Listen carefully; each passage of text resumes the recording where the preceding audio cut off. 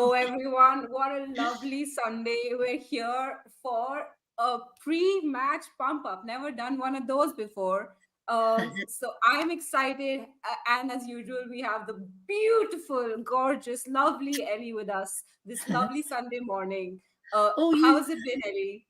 All you Spurs fans, let's go to the tune.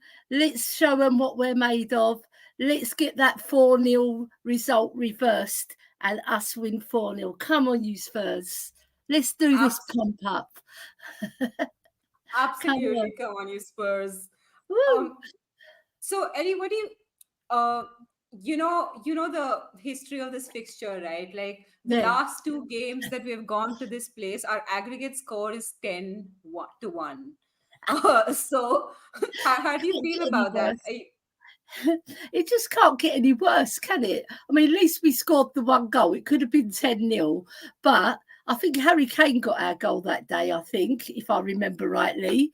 So that 6-1 Lloris meltdown, as we called it, because he never returned for the second half. And it was such an embarrassment. I mean, come on. This is the story of the Tottenham Hotspur, you know. I just don't get it. Like, we go to Newcastle and we actually batter them at home 4-1 last season. And we go last season and we get battered. I mean, when I say get battered, we actually got slaughtered, you know. And they made us look stupid, right? And I remember Van der Vaart falling on his bum. Right, and he sort of he did a triple Lutz before he fell over. He thought he was an ice skater, you know what I mean? It was just calamity after calamity. And then Werner missed that beautiful chance where he didn't get his body right, and it was like Skeletor, you know, where he's all limbs everywhere, but nothing to get him the goal. And that's the story of the Werner, isn't it? Yeah. No, but for me, the way I see this game is we have absolutely nothing to lose. Like I always tell my friends this: Spurs are in this fixture. At least Spurs are Mary Poppins FC. Like there's nowhere to go but up. Yeah. So it just it feels like there's nothing to lose. We can just go for it. There's no like if we lose, then it's like, oh, the same old story. But if we win, then it's just amazing because we won there. So I feel like there should be no pressure in this game to win or whatever, because because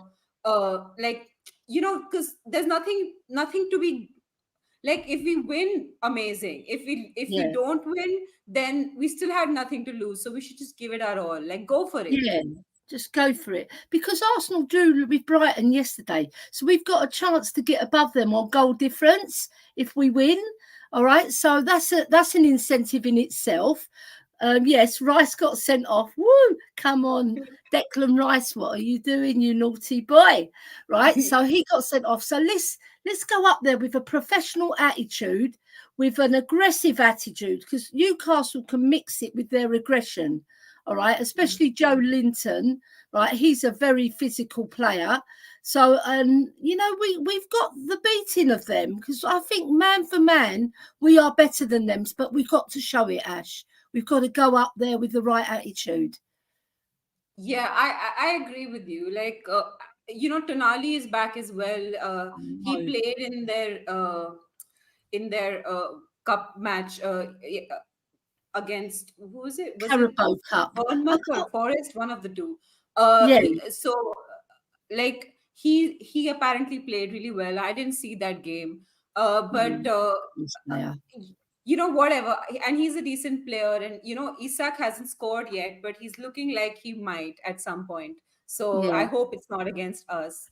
But I don't know. There's something in me that just feels like this is the game. Like I feel like they haven't started off with a huge bang or anything. We've had the most touches in the opposition box. We just had to figure out how to score. I know Everton was not a very good opposition, but you can only beat what's in front of you. And I feel like we played really well in that game. So I feel like the momentum is with us. You know what I mean? Even though we've always had a little bit of bad luck going to the tune. And the interesting thing about this game, Ellie, is that for the last 58 games, For the last 58 games, there's been no nil-nil draws. So this game for 50, like since 1995, this game has got goals in it. So can you 100%. imagine that? That's insane. It is. Like there's always 3 or 4 goals flying in from left, right, centre, you know, and it's an exciting game as well because traditionally Newcastle and Spurs play on the front football. They don't defend. All right. So it's an open game. So I'm looking forward to us scoring loads of goals and really banging them in from long distance as well, because we saw how we do when we do. Like Romero last season banged one in. This season already Basuma's banged one in. You know, we should take more shots from outside the box because it's so frustrating, Ash, when we overplay it and we go side to side, side to side. And I know we got to stretch teams, right? But we take too long and the fans get restless, right? And then by the time the cross comes, the striker's got bored. He switched off. Ellie, the thing is, we don't really stretch them either because we don't really cross. You know, I know. We cut in all the time, so we don't stretch them as much. Yeah, we don't really go for the byline. But what I did see for Odebert, he did. All right. Yeah. And when he used these quick feet, it was marvellous. So I'm praying that he starts today. I think the team news comes out at 11:30 because I believe our kickoff is at 12:30. Is that correct? I think it is. I think it's 12:30 kickoff. So that's 12:30 British summertime. For India, it's quite late, isn't it?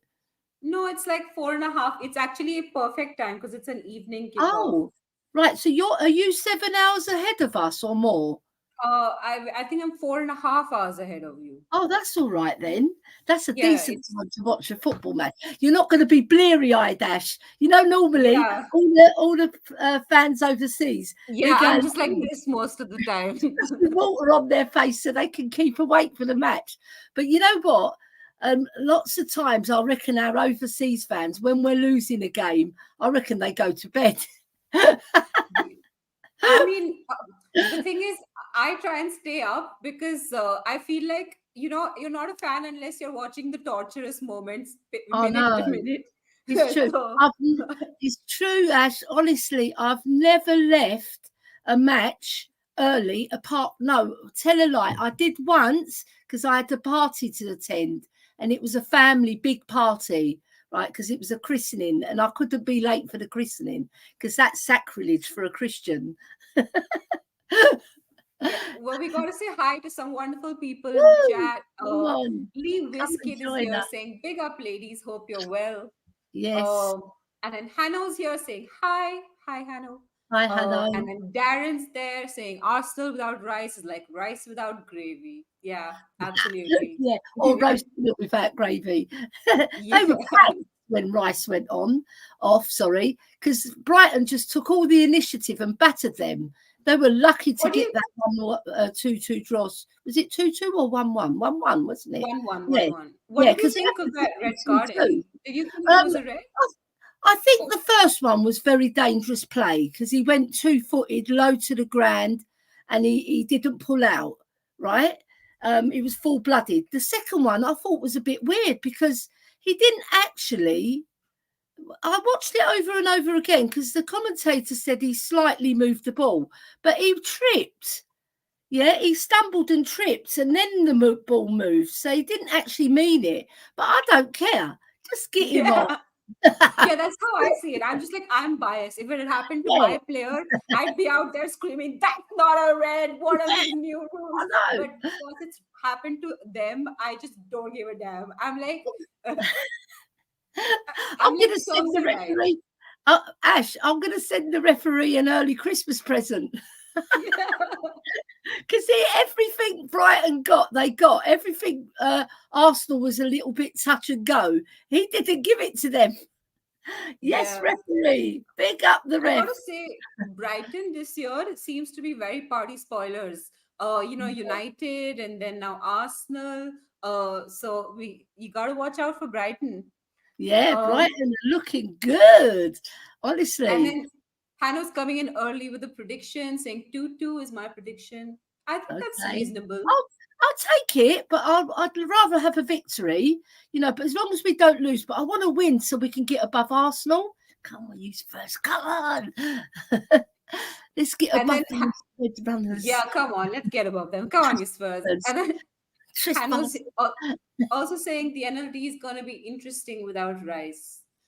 Yeah, I agree. I think it'll be interesting for sure. They'll just say they lost because they didn't have Rice, won't they? They'll make some sort of excuse. Yeah. Yeah.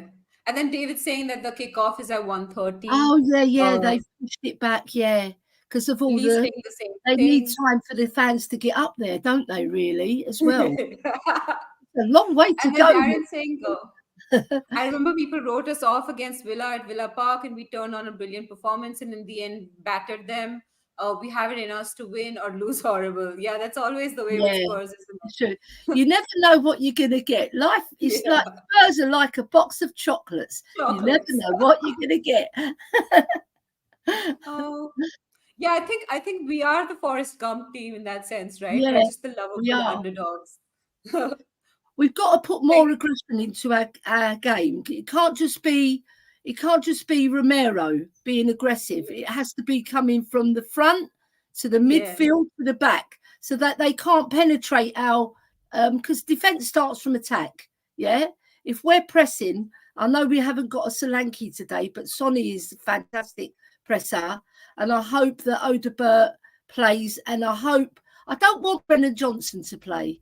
Nothing against the lad, but he's not performing, right? And we can't carry him because Kulu carried him because he was trying to help him as much as possible. But Kulu wants to do his own business as well. He can't be babying Brennan Johnson. Yeah, especially with their fullbacks. I don't think nobody has the time to carry anyone. No. Ellie, you want to take this? Good day, Ash, Ellie, all in the chat. Big game day. Come on, you Spurs. Well done, Tagaro. He's Australian, isn't he, Tagaro? Yeah, he's from Australia. We're going to have all the Aussies joining us. Come on. Spread the word, Tagaro. Spread the link. Put the link to all the Aussies. And then hopefully they'll join us. Oh, we have... What are you doing awake? Colin is awake saying big up wow. Or did he open one eye, do a big up ladies? He's just like, I'm a time and go back to sleep. We'll give Colin the benefit of the doubt because he is an insomniac like me. So we don't sleep, us insomniacs. Or hardly sleep. Yeah. I'm that way too. Yeah. It's because we got Spurs on the brain and we're worrying, you know. You can't just switch off. They'll be here shortly, I think that means, doesn't it? Yeah, or shortly. Yeah, and then Tigaro saying they'll be here shortly. And then Nige Pure Coys is saying, big up, ladies in chat. Much love. Come on, you Spurs. Yes. Come on, you Spurs. And then Tigaro saying, it's dinner time here in Oz. Okay, so what you do, you cook your dinner and you eat while you're watching the ladies do their stuff. We're going to stretch some more stuff later, I'm telling you. And David Clark saying, have Spurs ladies signed anyone who's going to make any difference to our team? Do you know what? We have, but the names this early in the morning, they go. But I know we've signed 2 players and we've brought one lady up from the academy called Sophie something. But you know what? I haven't been keeping up. I must confess, David, I haven't been keeping up with the ladies lately. I have been posting stuff, don't get me wrong, but because I've been focusing on my daughter's wedding as well, because we've got a big wedding coming at the end of September. Are you talking about Ella Morris, Ellie? Yeah, Ella Morris, that's it. Yeah, right. So Ella Morris is a established player. She's very good. Right, and I'm looking forward to seeing her because we've got a really good midfield and a really good attack. The defence lets us down a little bit, as David knows. He always harps on about the right back, which is Ash Neville's place. But I always say, David, that Ash Neville, that's not her natural position. She's naturally an attacking midfielder or a box-to-box midfielder. So she's being played out of position because we haven't got anyone in that position. So now we've got to push on because we finished 6th last season, right? We got to the FA Cup final, which was amazing.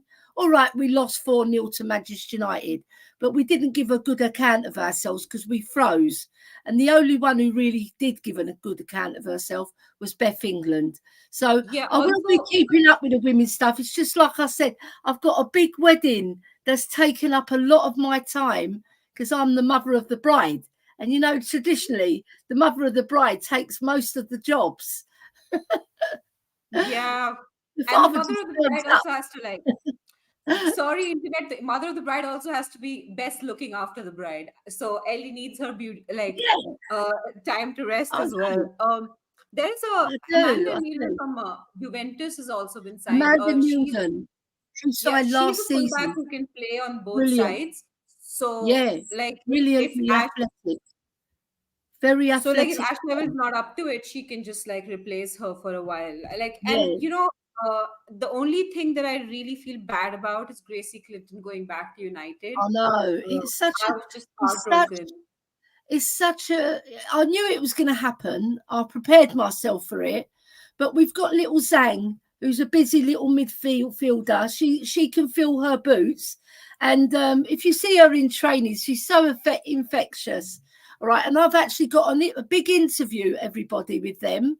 I'm lining it up with a gentleman who's their commercial director. Amazing. And I've emailed him, but I left it on hold because they all went on holiday.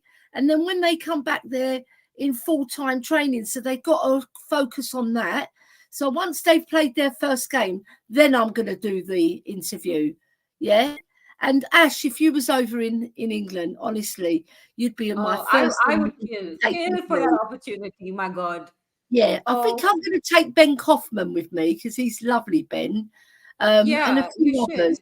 And you know, everyone, if you're into fantasy football, you might want to try playing the women's fantasy football because the chance that you win is higher because the number of people who play it are less. So last season, for example, I won like a free T-shirt, Spurs kit, and a bunch of Spurs stuff because there was nobody like competing. You kept that secret, Ash.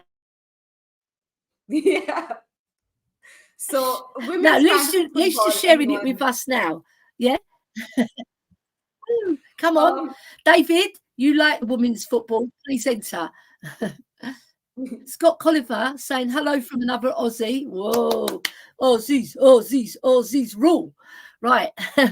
And Lee Wiskins saying another 3 weeks until the WSL starts. Yeah. Do you know what? They start later, right? But do you know what I'm going to try and do?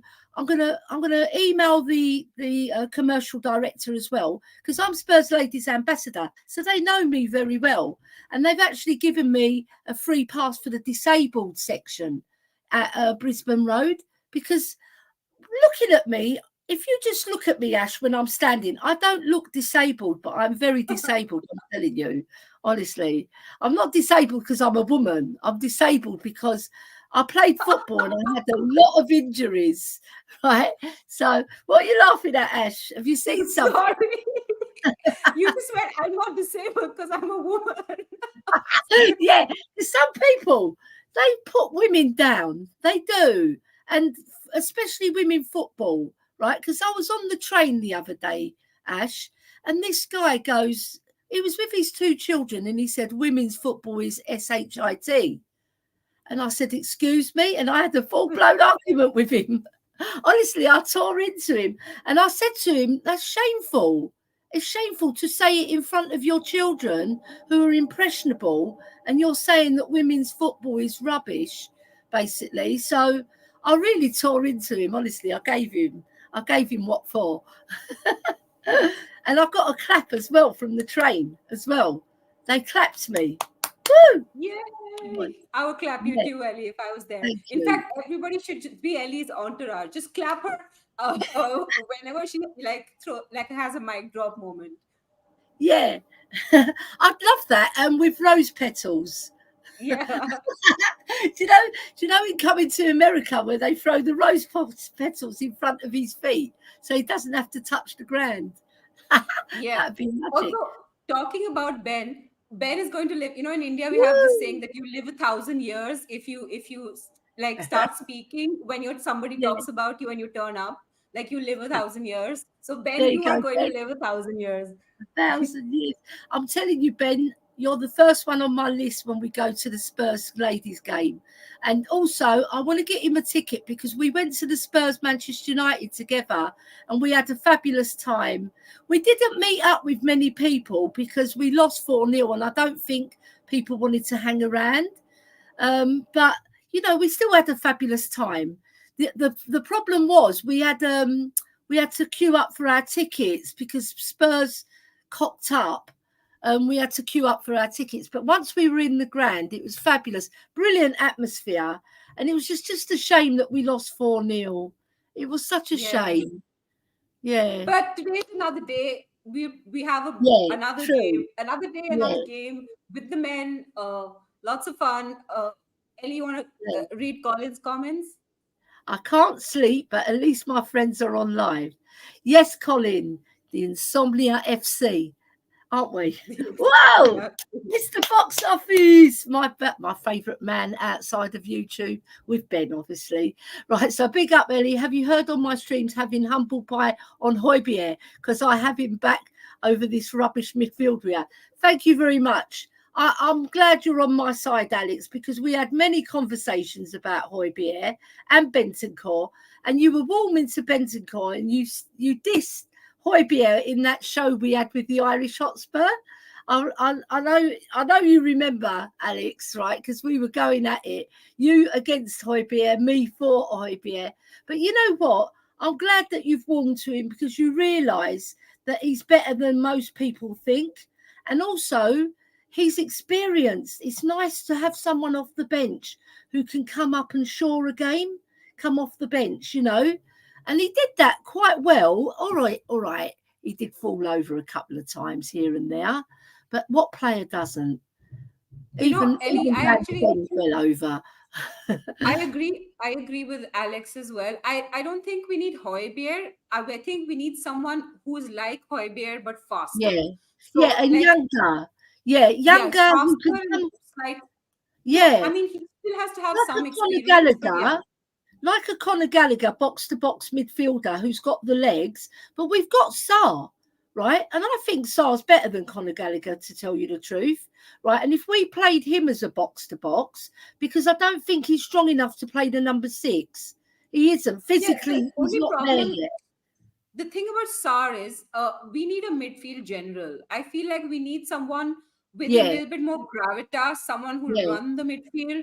And Højbjerg, you know, as much as people had a problem with him, he had that energy, right? That general energy. So I do feel like we need somebody communicator, like a leader in the midfield, you know.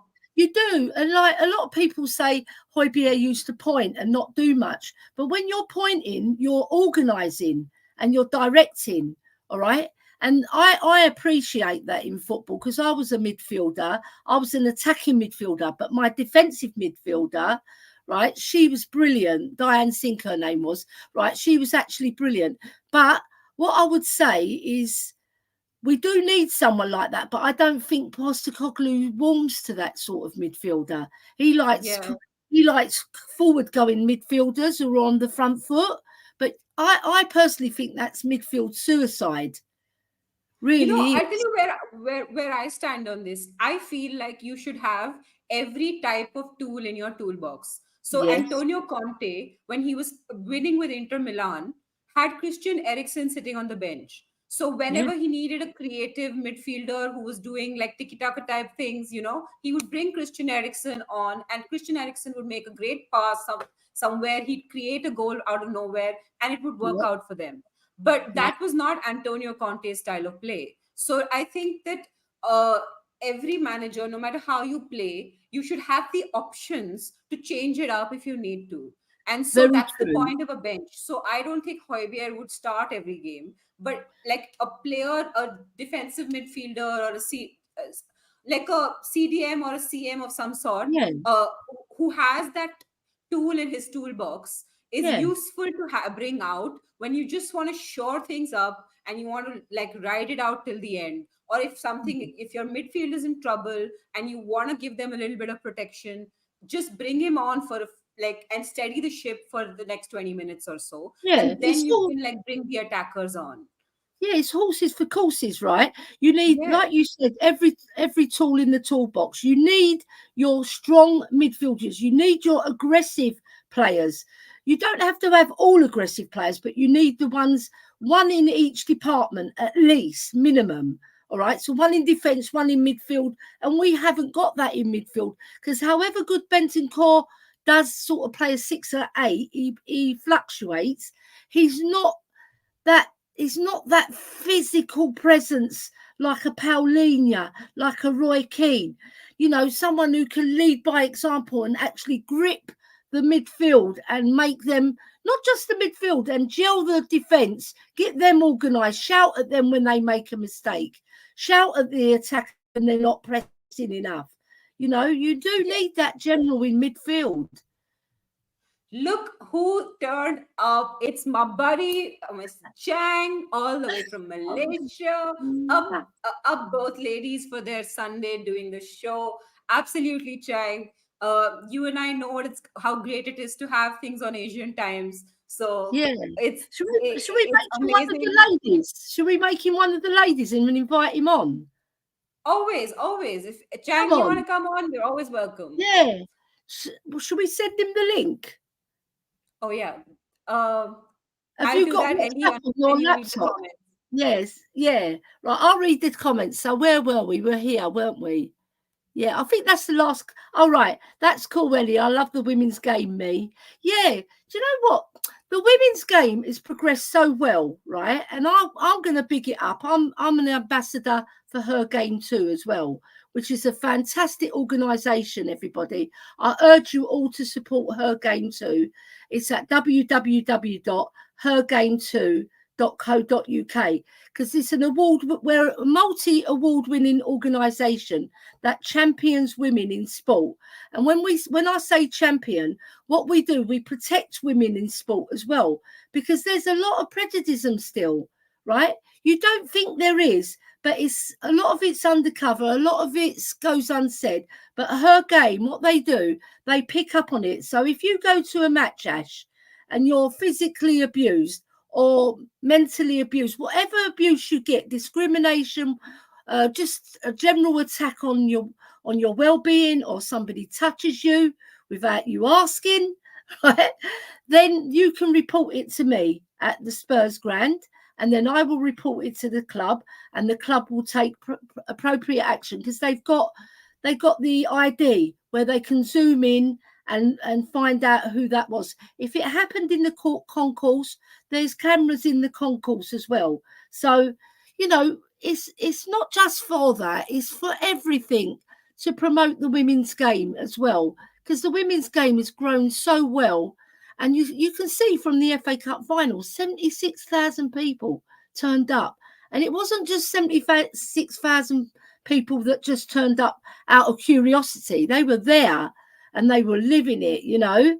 And all us Spurs fans, we were giving it some to get our team going. It just didn't happen. But I'm hoping this season we get to the FA Cup final. Just like Manchester United lost to Chelsea the previous year, then they beat us. We can do the same. And I'm sure we're going to have a very good season in the league. And her game too will always be present. So please do support us because we're doing fabulous work. And like I said, we've won multiple awards. So I'm really proud of our organisation, what we're doing. Yeah, absolutely. You heard that, Ellie, everyone. Ellie's the top cop. That's who you got to go to if you need anything in the Spurs stadium. You fall into trouble, you go to Ellie. That's right. Oh, and Ben's saying, Colin, it's early, buddy. Yes, it is for him. I mean, they're 6 hours behind, isn't he? So it's 3:32 over there. Well done, Colin. You're a trooper. And then International Observer saying, what the hell has Ash been? Where the hell has Ash been? Sorry, question mark. So good to see you back. All we need is Perchy to return. Big up, ladies. That is true. Perchy's gone on the disappearing act as well. I think he will pop up on Sabbath show day. In my defense, I'm in the middle of nowhere. Like the closest coffee shop to me is like 300 kilometers away, 400 Oh kilometers my God. away. So Oh my I'm God. literally living near a tiger sanctuary. There is no Wow. like electricity keeps Watch going. out for There's the no like tigers. Watch out for the there's just tigers. farmland everywhere. So like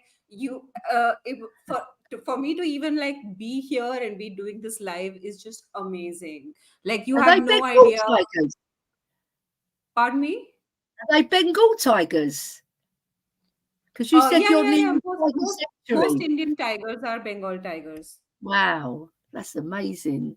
God, they're beautiful tigers. So the thing is, in India, there is, even though the breed is Bengal tigers, like the ones that you'll get in like Eastern India, which is in Bengal, etc., is from the Yeah. Sundarbans. Those tigers, Mhm. habitat-wise, are different because they can swim. Because a lot of these Wow. things are in a swamp, like they live in a Yeah. swamp, so they have to Wow. learn how to swim. Whereas the ones in the mainland, like in Madhya Pradesh, where I am, they don't have to swim. So in terms of like their like in terms of how they evolve and how their habitat is, they're different, but Yeah. species wise they're the same. I reckon you're related to David Attenborough. You know, you're getting educated here, people. Yeah. We'll have to Yeah, start calling you Ash Attenborough. yeah, well, That's your nickname from now. I'm going to nickname you Ash most days Attenborough. I'm just looking at insects, so y'all are y'all are an Oh, upgrade from insects. tell you what, Definitely. abroad, there's the most marvelous, massive creatures that come out of nowhere and attack you, especially in Cyprus. Honestly, I went up the Drodos Mountains and we got out the car and all these creatures joined us. Honestly, flying ones on the ground.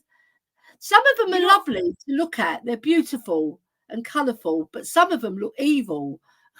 In India, I don't worry so much about the tigers because they generally like they're very few in number, and even if you're in the Yeah, sanctuary, they mostly leave you alone.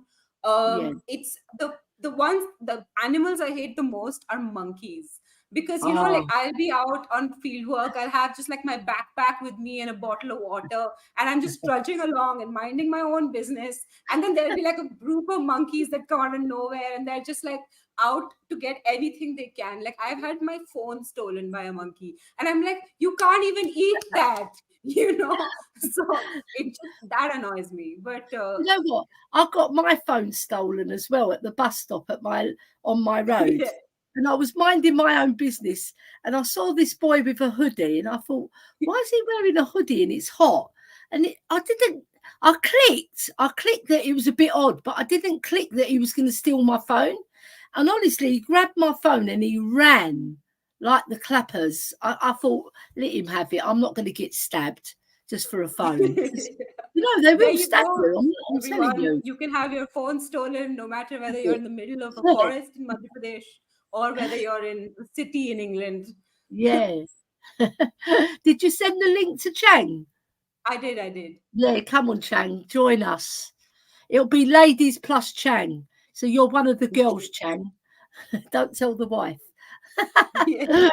So Shem Tan saying, good morning to the lovely Queen Ellie Bergvall, Benson Corverna, and the beautiful Lady Ash. Hope you are both well and so happy to wake up to Ladies Takeover. You know it, Shem Tan. You know it. Right, your turn to read the chat. Come on. So David's saying, so please convince me that Spurs are going forward. 3 new signings, 14 sold, 3 sent out on loan, and Spurs left with a 19 ladies squad. So how is that forward progress? I hate to be glass half empty, but so I kind of agree. Like I think the transfer season has been bad for both the men and the women. I think in general it's just been bad, but I think we have a good manager, and the infrastructure is really good, and I feel like it's always in small steps, right? It's not, I mean, we can't be like amazing on the first day. Like these things take time. So hey, Chang. Yay, woo! See, it's not just exclusively for ladies. You I'm could going to put get a wig some on, pelters. but we want I am going to get some pelters for appearing on a lady show from some quarters of the YouTube community. Of that, Why I'm very not? sure. But Hey, you have the best I picture honestly, from all of us. honestly, between you and me, Miss Ash and Queen Ellie, I honestly cannot recall the last time the three of us did something together. I think the last time I did something with Miss Ash was when we did that view from Asia. We used to do a view from Asia over here on LTEL on Wednesdays before she went off doing whatever she had to do. Past, what was it now, 3-4 months since what, May, was it? Or was it back in April? But Miss Ash, I'm so glad you're back doing things on YouTube, whether it's LTEL or Talk and Ball or anywhere else. And to Queen Ellie as well. Since the season has started, I'm raring to get today's game underway, but more so than ever, I think the upcoming North London derby after this away clash at Tyneside with Newcastle United, this is going to be a cracker. And I hope everyone is having a fantastic Sunday.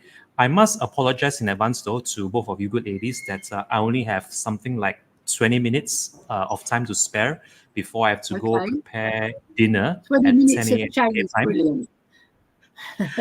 Any opportunity I can get to be here with the two of you is something that I would not pass up. Of that, you can certain of. And it's been an amazing Sunday for me as well. For me here in Southeast Asia, I hope it is there for you, Queen Ellie, and also Miss Ash. It's a lovely day. It's a lovely day, and let's just hope for the best.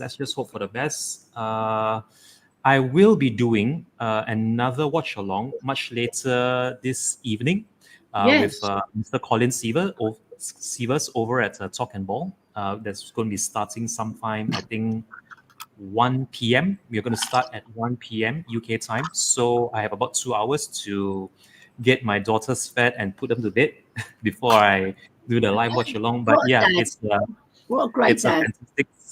Thank you very much. It's a fantastic Sunday to look ahead to, and let's crack on with the show. Yes. We have a Batman fan in the house saying Pain Like Bane, Adama Pictures Production saying morning all. Morning to you, Pain Like Bane. I'm just going to assume that's your name. And then Lee saying her game too are a great organization. Yeah, Thank you, Lee. Thank you. I'll give you a kiss. And then Lee saying, wow, Tigers are awesome. I'm well gel. You know, everyone's welcome. They can come here anytime they want. You may not get phone signal all the time. There won't be internet all the time, but it's a fun place to be, especially in the winters. Hop on down to Madhya Pradesh. And then Ben was saying, it was just popping on, got my lovely lady here, and it's time to make her breakfast. Oh, what a great lovely. That's the way to do it. Everybody be like Ben. Yeah, it's like, oh, Mickey, you're so fine, you blow my mind. Hey, Mickey. Hey, Mickey. I love Ben and Mickey. They're such a lovely couple, and I met them at the Everton game, and they were so happy to be together at the match. And she's such a lovely lady. So she's got such a warm heart and lovely to speak to as well. Brilliant. Yeah, really pretty as well. Like she's very pretty. Yes. Shemtan's also saying, "Hey, Mrs. Chang, now the youngest looking pretty boy on YouTube." There we go, everyone. He is the youngest looking. I must say, like he does not look like he might have. I know he looks 12. I always say to my daughters, "How old do you think this man is?" They said about 21. Yes, they reversed it. I said 12. Yeah, he does. He does look like he's. Like you might as well double that number, double that figure, and you'll be closer to my real age. Double that figure. I reckon your mum likes you. Have me back. Oh, thank you, Ben. Love you, Ben. Lovely, Ben. Yes. And then Nal's saying, yes, the real team is back. Just joined. Sorry, I'm late. Yes. I've got to say this. Yeah, is like from Montrose. Come on. And then he's also saying, hope you're all doing well. Big game today. Spurs have Man United, Rangers in Europa. Oh yeah, did you see the Europa draw, Ellie? Yes. I What do remember you think most about of the it? teams we're with because there's a lot of teams to remember. So we got Galatasaray, Ferencváros, whatever their name is, Fenerbahce. Hoffenheim. Yeah. Fenerbahce. Yeah. I think we avoided, I think Højbjerg's team, Marseille, are in it as well, I believe. But we avoided Højbjerg, which I was very happy about because I want to meet him in the final. That'd be so cool. That'd be so cool. Ferencváros. Somebody teach me how to pronounce that. I'm foreign person. It's like a Greek name, but Portuguese is too long. Yeah. And then Ferencváros. Yeah, and then there's some really good teams in our group as well. Galatasaray is going to be a hard game because when you go to Turkey, they give it. I'm telling you, they've got ultras upon ultras. Their ultras are more than ultras. You know, they're crazy ultras. But I think we've got the beating of most of those teams, and we should qualify. If we don't qualify, I'm going to be very upset because we've got to win a cup. I'm excited about the Rangers game because Ange going back to Scotland, and that's going to be a fun thing to see. And what do you think, John? Do you have any thoughts on the Europa League draw? I have something to say about the Europa League, if I may, with regards to the new system, the new format, whereby it's more of a proper league now than an actual group, not a knockout stage, but rather a group qualification. Back in the old format, if you remember, when teams were divided into groups of 4, we just had to play 3 games at home and 3 games away. But now it's been increased to 8 matches, 4 home and 4 away. Those extra matches might do our bench warmers, if I can call them that, a world of a good. But in terms of the longevity of our players, when it comes to the bread and butter of this grand old footballing club of ours, which is the league games, there are concerns that we might be overworking some of our, our starting 11 players when it comes to traveling that many times away from home in Europe. So I really do hope that this is the one chance that Big Ange will utilize to get the lads, the younger lads, especially those below the ages of 21 or even 20. Hopefully they get more game time. And my hope, or rather my expectations, is that regardless of how well we do or how well we fare in the Europa League, that whoever who puts on this shirt, whoever puts on the jersey, whoever is called upon to play either home or away in the Europa League, I really do hope they put in a shift and not try and think of it as a sort of like a step down from the actual Premier League games, that they are all vying for places in the starting 11. And if we do make it into the knockout stages, I think it's a good thing. But do not be surprised, really, if some of the younger players, if they get overawed or if they get overwhelmed by the experience of playing away in Europe, especially those tough nations which you rightly mentioned, Queen Ellie, going to Turkey, whether it's Fenerbahce or Galatasaray or one of those Turkish nations where, they are the atmosphere, the what do you call this, the rivalry. Yeah, even the match day jitters itself, that would honestly reduce even the most hardened players to a mess. So I really do hope our players are up for it. But I am looking forward to match days away. Although now it's more of playing on Thursday nights instead of Tuesday and Wednesday nights. So it is going to affect our league schedule, make no mistake. By playing on Thursday nights, that is going to push our league games back. We might be looking at Sunday evenings or even Monday nights if there are going to be clashes into our schedule. But yeah, I really am looking forward to the Europa League proper once the mini international break is over. And there are still a lot of domestic cup football to be expected now that we have been drawn away against Coventry City. But yeah, I think all the focus should be on the Europa League and trying to get into the knockout stages. What happens after those knockout stages? What happens if we do qualify for the knockout stages? I think that is something that Big Ange has to work out.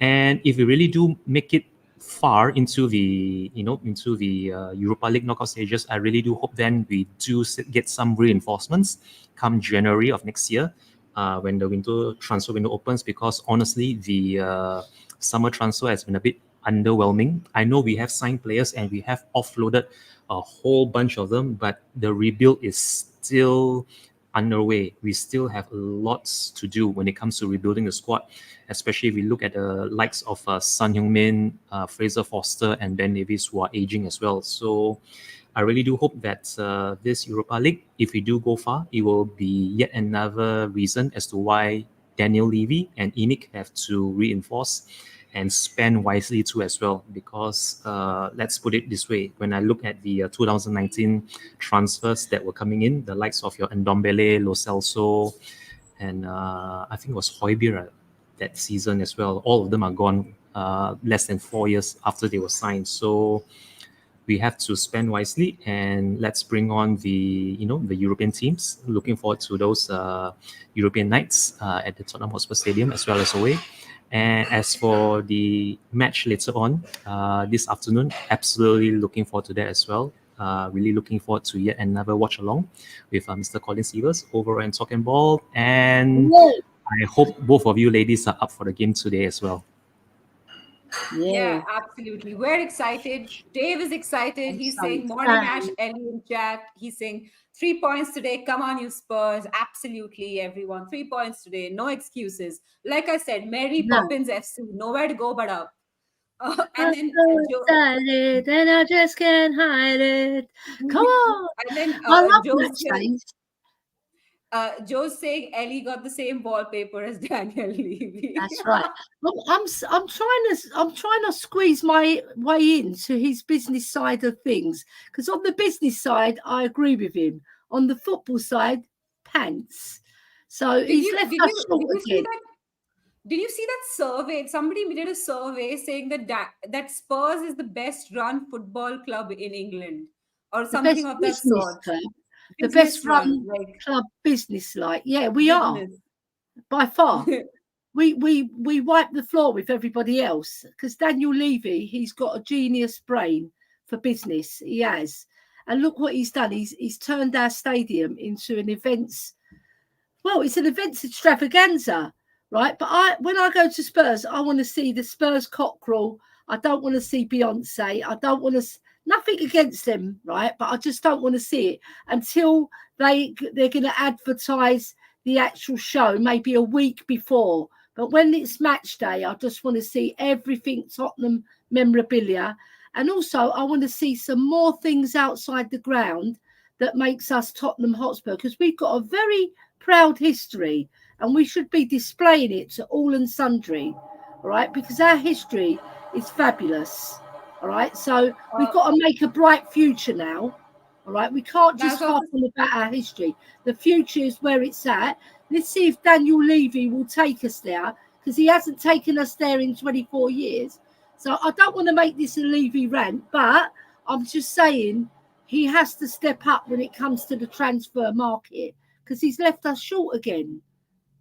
Yeah, I have a lot to say about this. But I feel like the pre-match pump-up is not where we should do it. That's why I've stopped, because I could go on forever, but I'm going to stop. And then Lee's saying a really hostile Galatasaray. Yeah, they are really hostile. And Lee, you don't have to talk about excusing spelling. I don't know the spellings to half these team names. The Europa League is just riddled with teams that are hard to spell. Joe's giving us an example, because there's Karabakh, and then there's Ferencváros, and then there's AZ Alkmaar, and then there's Galatasaray, then Roma, then Rangers, and Hoffenheim, and Elfsborg. So, yeah, thank you, Joe. That was a very nice breakdown. Do you know, Ash, right, just so that I don't forget, what would have been really, really interested if Roma still had Jose Mourinho in charge, but he's got Fenerbahce now. We've got their rivals, Galatasaray. So I'm sure he's going to sneak into that match. And I think he might bump shoulders with Daniel Levy. You never know. Yeah, why not? And then just Harm's Potatoes here saying, hello all, good morning, evening, ladies, gentlemen. No, Chang's one of the girls today. Big up Ash, Queen, Ellie, and Chang. And then everyone saying hi to Just Harmless Potato. And then Chang's here saying a very good morning Sunday to you as well, Just Harmless Potato. And Dragon D's Nuts is here. I still love that name. Good day, you Spurs. Good day, you Spurs. And then can someone tell me how we're going to win today? Last 2 games at St. James Park, we've lost a combined 10-1. So this is what I started the show with, this Shemtan, which is that, we have an aggregate of 10-1 at the tune. There's really like nowhere to go but up. Like we have nothing to lose, absolutely nothing to lose, because we've had such bad luck at this fixture that if we lose by a small margin, it'll only show improvement. But if we give it our all and we leave everything on the field, like there's absolutely nothing to lose. We can just like winning this fixture would be amazing. Drawing this fixture, we would still take it.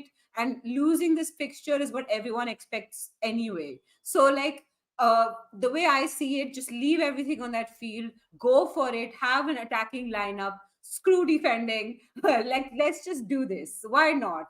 Let's take a chance. There's something I have to say very quickly to that, if I may, Miss Ash, with regards to how we're going to approach the Newcastle away game later this evening.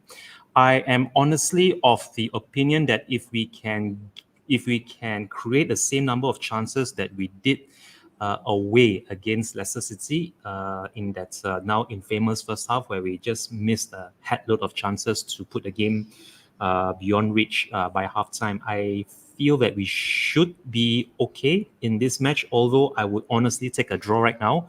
If you were to offer me a point before the game has even kicked off underway, I would gladly get a point now. I feel that anything more than 1 point later this evening against Newcastle at Tyneside will be a big bonus for all of us. And even if we don't manage to secure a single point at all, I think all isn't lost, although that's going to heap immense pressure on Big Ange and the squad with the mini international break looming. So I really do hope we go there, or rather should I say we come away from Tyneside undefeated from 3 consecutive league games. But if we are to get anything from this game, I honestly feel that this is the one game in which we should strive to get back-to-back clean sheets. I know this isn't something that Big Ange or even the system promotes. Just to cut you off, this game, for the last 8 games since 1995, there has never been a 0-0 draw in this fixture. So this fixture is a goals galore fixture. It's not a fixture in which you can expect clean sheets. No. I hope it's a clean sheet for us, not so much for Newcastle, if it comes to that. But even if we do concede, I just hope that we outscore the opposition. And it's important also for the lads not to lose their heads if we do concede early. And if we find ourselves trailing, I really do hope that this is the one match that Big Ange makes those substitutions a whole lot sooner, rather than leaving it up to the last 5-10 minutes before he starts making those substitutions. That is something that most of us fans have been criticizing him for, especially when it's so plain for all to see that the system isn't working, or some of the players aren't up for it. So yeah, there's a lot of things to look forward to later this evening. But all I can say is up the lads and come on, you Spurs. Yeah, Yes. absolutely. Come on, you Spurs. That's what James Love Spurs is also saying. He's saying, big up, come on, you Spurs. Ellie, you want to take the next comment? Yes, that's my niece. Mwah! Drula, Drula, Drula, Drula la. Good morning, Ash, Auntie L, Mr. Young Chang, and chat. Yes, thank you for joining us, Drula. We all love you. Everybody loves you, and it's lovely to see my niece getting such notoriety in all the chats, especially when she goes into her favourite, as she says, is Jacob. Yes. Yeah, I miss Jacob. We have no electricity at that point, so it's hard to watch his shows. I always watch them on playback, but I love him. Yeah, he's lovely. He tells stories. You know, Yeah. he's a very entertaining, engaging, enigmatic young man, and he's got 2 young children, which he's a doting dad like yourself, Chang. You know, it's brilliant. I love it. So Shimtan saying, isn't that how Ange plays anyway? To hell with defending formation. Yeah, it's true. I always think you got to defend though. I really do, because defences win leagues. They do, and attacks win cups. That's how I see it. Because traditionally, back in the day, when you were an attacking side, you usually won the FA Cup, and you wouldn't win the league. But when you were a defensive side with a really good attack as well, obviously, because it goes with one another, and midfield is always overlooked when people, look at who wins. Okay, I feel like we've 'Cause the lost mix Ellie for a sec. Well, so big up the midfield, because I played in midfield, so I always big up the midfield. Yeah, so I Jamie don't know, Loves was that my Spurs saying, mistake? let's hope the pitch isn't watered before the game after last time. Yeah, because they watered the pitch quite a lot, and everybody was slipping. If you remember Van der Ven, not Van der Vaart, that's back in the day. Van der Ven, he fell on his bum, didn't he? Like I said, he did a triple Lutz. Right, I've just put a promo out, Ash, to get us more people, and we've already had more people joining, so it's really nice. Amazing, Ellie. Yeah, we're going to 11, aren't we? So everybody can join in, and this pre-match pump up is going to get rocking. Come on. So Ben Kaufman's just saying, whenever Mickey is here, we have never lost a game. That's it. That's why, Ben, take her to every home game, and if you can, take her to Ben. You got to hang on to Mickey then, because if our fate depends on her, then we have to make sure that y'all are together forever. I'm very superstitious when I go to matches. How about you two? Do you have any superstitions that you do? Yeah, I have a lot of superstitions. I'm superstitious like any athlete, I think. If you've grown up playing a game, then you're generally superstitious about these things. Yeah. You was a swimmer, weren't you? Yeah, I was a swimmer. I used to also do competitive sailing because my dad was in the Navy. Wow. So lovely. I would love to see that. Wow. And Ben saying Spuddy. So everyone's saying hi to each other. And then Drula is saying, I like the real ones. Jacob is a real one. Chang, I know you have to go. So really quickly before you have to go, give us your lineup and score prediction. So some 24 hours earlier during the members call-in show here on LCL, I predicted it's going to end in a 1-1 draw. I really do hope that's not the case, but if we do concede, I just hope it's just the one that we managed to concede, and I hope we do get more than 1 goal. Although without Solanke and Richarlison, I think it's going to be quite a big ask for the lads to score more than one at Tyneside. But I really do hope that we can get the... So my prediction will be a 1-1 draw. And as for the starting lineup, I think if we can start with the same starting 11 as we did against Everton at home, I think we should be fine.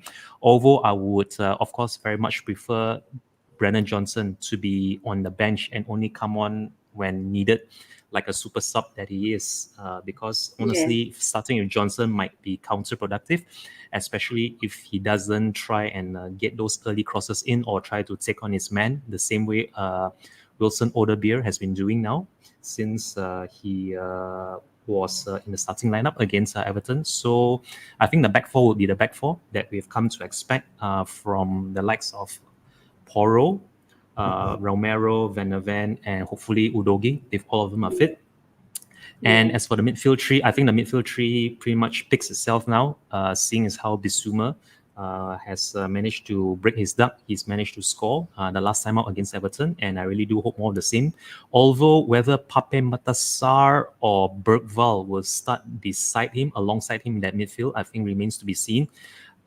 Is Bentancur available? Because if Bentancur is available, I would prefer him to partner Bissouma in midfield. But if Bentancur isn't available, then it's going to be Pape Matar, Bissouma, and James Maddison making up that midfield three. As for our front three is pretty much the same front three that we started off against Everton, which would be Son Heung-min and Odebeer. Although I do hope it's going to be Kulusevski now playing as the false number 9 rather than us starting with Brennan Johnson. So that also remains to be seen how Big Ange deploys the lads later this evening. But if I had to pick that starting, or rather that front three, it's going to be Son for me on the left, Kulusevski as the false 9, and Wilson Odebeer on the right-hand wing. Nice. Sorry, I was just plugging in Mike because my phone died, so I want to see what the team news is. So I think Bentancur might be available because it was only concussion for 7 days, and that 7 days has passed. So, that's the rule now. You have to have 7 days away. So I think he's going to be available for selection, and I think he will be put in. Okay, Just Thomas Potato saying very happy with the European fixtures. We got an easy start. We should be 3 wins when we go to Turkey. It'll be chaos in a big league like that. I don't want us sitting 24th trying to catch up. Yeah, absolutely. I also feel like if you have a really good start, then you can rotate later because you have the points to sort of like play around with your team. Especially when everyone's tired and it's halfway through the season. So I think it'd be great if we got like 3 wins in the bag. Also, Chang, tell people where they can find you. Yeah, absolutely. Okay. Chang, sorry. No, it's okay. It's fine. So I will be appearing in another 3 hours time. It's going to be roughly 1 p.m. UK time over on Talk and Ball, when both me and Mr. Colin Sievers, we do the watch along for the away game at Newcastle. And I will be appearing some 24 hours from now. No, not 24 hours, 26 hours to be exact. Over on Just the Girl Who Loves Spurs. I will be doing the weekend roundup with Miss Kate and Mr. James over on Just the Girl Who Loves Spurs. Hopefully, Mr. Nicholas Collison-Wright will be able to join us as well. So yeah, those are the 2 shows that I have upcoming in the next 24 hours or so. And thank you very much for having me, ladies. I really, really appreciate the last half hour that I was able to plug here on the show. I'm so sorry I couldn't afford to do more, but I really have to take my family out to dinner now if I have to stand any chance of doing the watch along with Mr. Sievers later after I put both my daughters to bed. So, yeah. So with that, thank you everyone for tuning in. Make sure you hit the like button, give a subscribe to Tel Cockerel, and come on you Spurs. Yeah, yes. Come on you Spurs. Everyone, big up Chang. I must say, Chang, you must. Oh, he's gone now. But he forgot to mention Spurs diehards, who he's part of, because he hasn't been really involved because of the times that we go on. But I'm going to speak to him much later when it's a more decent time and he's not so busy, because I want to do some shows with him early doors, so that we do 11 o'clock shows at Ash on Tel. I'm going to do quite a few shows with Chang, because he's 3 o'clock in the morning when we go on at 8 o'clock. So it's not ideal for him, and it's not fair. It's not fair. So I was talking to Adrian about that, and we will be having Chang on much, much more in these coming weeks. So yeah, so everyone look out for Chang. Chang's awesome. And yeah, diehard CTID, everyone. Go check them out, subscribe, like, all the fun things. And just Thomas Potato saying, and then we might be able to rotate even in the games versus Roma, because we already got points on the board. Yeah, this is exactly my point. I want to take the Europa League seriously this year. And then Jula saying, happy birthday to your daughter, Chang. So yeah, everyone, happy birthday, baby Chang. See, I've got my football, right? I'm ready. Yeah, come on. I'll have a game Yeah, with we have Andrew's any on the boys, bench. because Andrew's boys are very talented at football, right? Yeah. And they're progressing very, very well. So big up Andrew's boys as well. Come on. Yeah. And And Miguel then as well, because Drew is Miguel, also saying Bentancur is fit. Yeah, we yeah, he we is. talked Do you about mean that. fit as in good looking? And the boss man is in the house. He's saying, "Good morning, all. I hope Woo! everyone is Well happy and said, healthy. The screen Gabriel. is filled with joy." Yeah. Absolutely. Jose, All these people who are like, Jose, draw, we're gonna Jose. lose, a 10-1 aggregate. I don't give a like Yeah. SHIT. I just want to We're go being there and I'm ladylike gonna today. We're just saying SHIT. We're not actually saying the word. yeah. And then Rakesh is asking how I am. A long time no see. Yeah, it's work. What can you do in the middle of nowhere? And then Lee's saying morning, morning to Jose, and everyone is saying big up Jose. And he's also reminding us to do those fun things. Smash a like for the stream. Show these fine people your appreciation. Yes, everyone. Listen to the boss man. Jose's going to be very impressed with me because I've done a beautiful Instagram post for us, Ash. It's actually very colourful. I'll send it to you later, but I'm going to send it out to everybody now while we're talking. Yeah, everyone check that out. It is a wonder to be seen, I'm telling you. And I spent about an hour and a half doing it because I wanted to get it really beautiful because like ladies on YouTube, they're few and far between, aren't we? All right. And we're two colourful ladies. So we have to have colourful promotions to promote ourselves. Plus Tel Cockerel, we're doing it for Jose. So like he's just gone over 600 subs. So congratulations, Jose, from me and Ash, I'm sure. And let's get him to 1,000 people. Yeah, Keep on everyone sharing the streams. Send Ellie's messages out into the world to your lovers, to your haters, to your neighbors, everybody. That's it. The lovers and haters especially. Yeah, the lovers and haters especially. And then Kwezali's in the house saying, "Good morning, match day. Come on, you Spurs." Absolutely. I'm excited for this game. Spurs GCTV saying, "Good morning, all. It's game day. Come on, you Spurs." See, everyone's excited. Everyone's saying hi to Spurs GCTV and each other. And then Spurs diehard saying, Adrian. "Good morning." Is this Adrian? Yeah, it's Adrian in the house. Hi, Adrian. And then Rakesh is saying, "I'm very eager to know your name." No, his name is just a harmless potato. Haven't we established that? Yeah. Anyway, so lineup. Lineup. What do you think the lineup's going to be like? I want Vicario in goal. Porro on the right. Romero and Van der Ven centre backs and Udogie. Then midfield, I want Bentancur, Sarr, and Basuma. I don't want to play Maddison. He's off form and he's not really.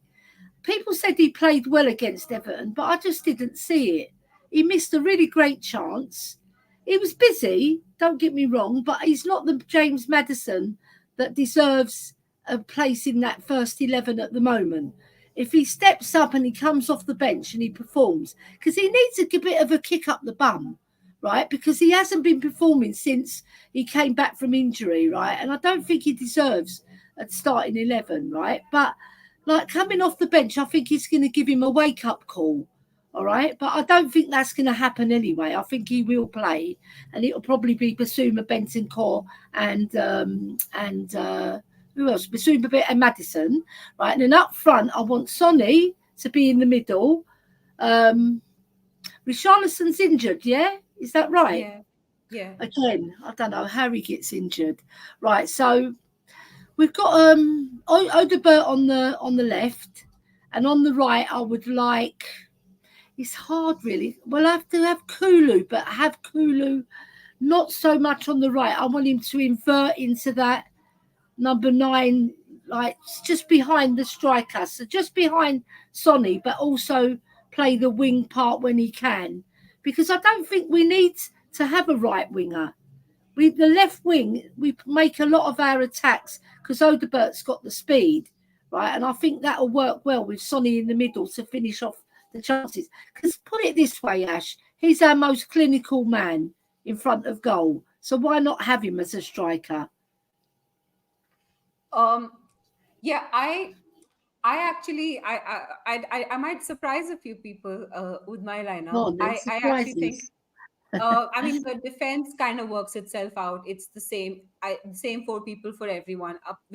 Same 5 people, Vicario, and then Van de Ven and Romero as centre backs, and then Porro, Dogi.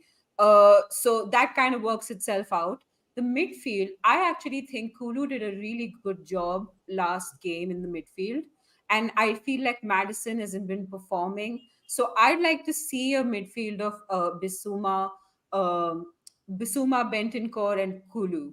Because I feel like Kulu has a better work rate than Maddison. And if Maddison is not giving us that creative edge, then I'd rather see somebody with a better work rate and someone who's just like holding the ball up better than somebody who hasn't been showing us that creative spark.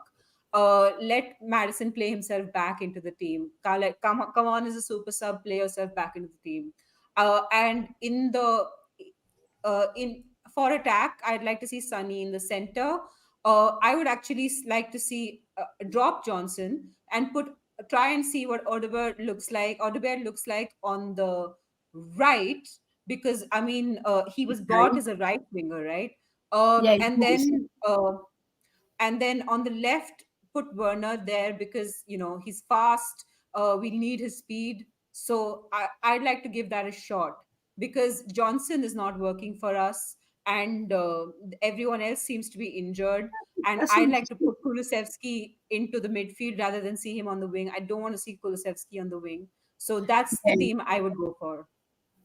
Yeah, and then have super sub Brennan Johnson come on if things are not working well. Yeah, because he is a super sub. He done very well from the subs bench last season. Nobody can deny that.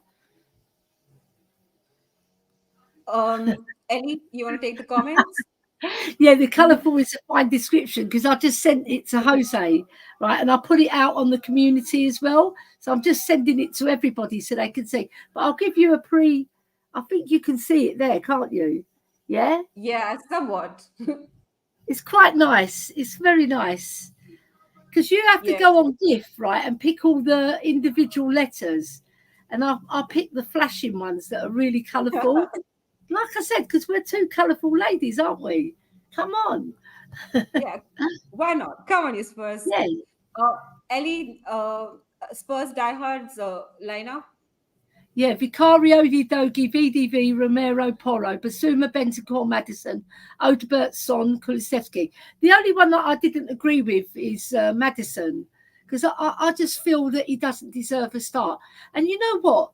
When players are dropped to the bench, they always try harder when they come on, and then they pick up their game. And I think Maddison just needs that injection of like, we love you, but you're not performing, therefore you don't deserve a start, right?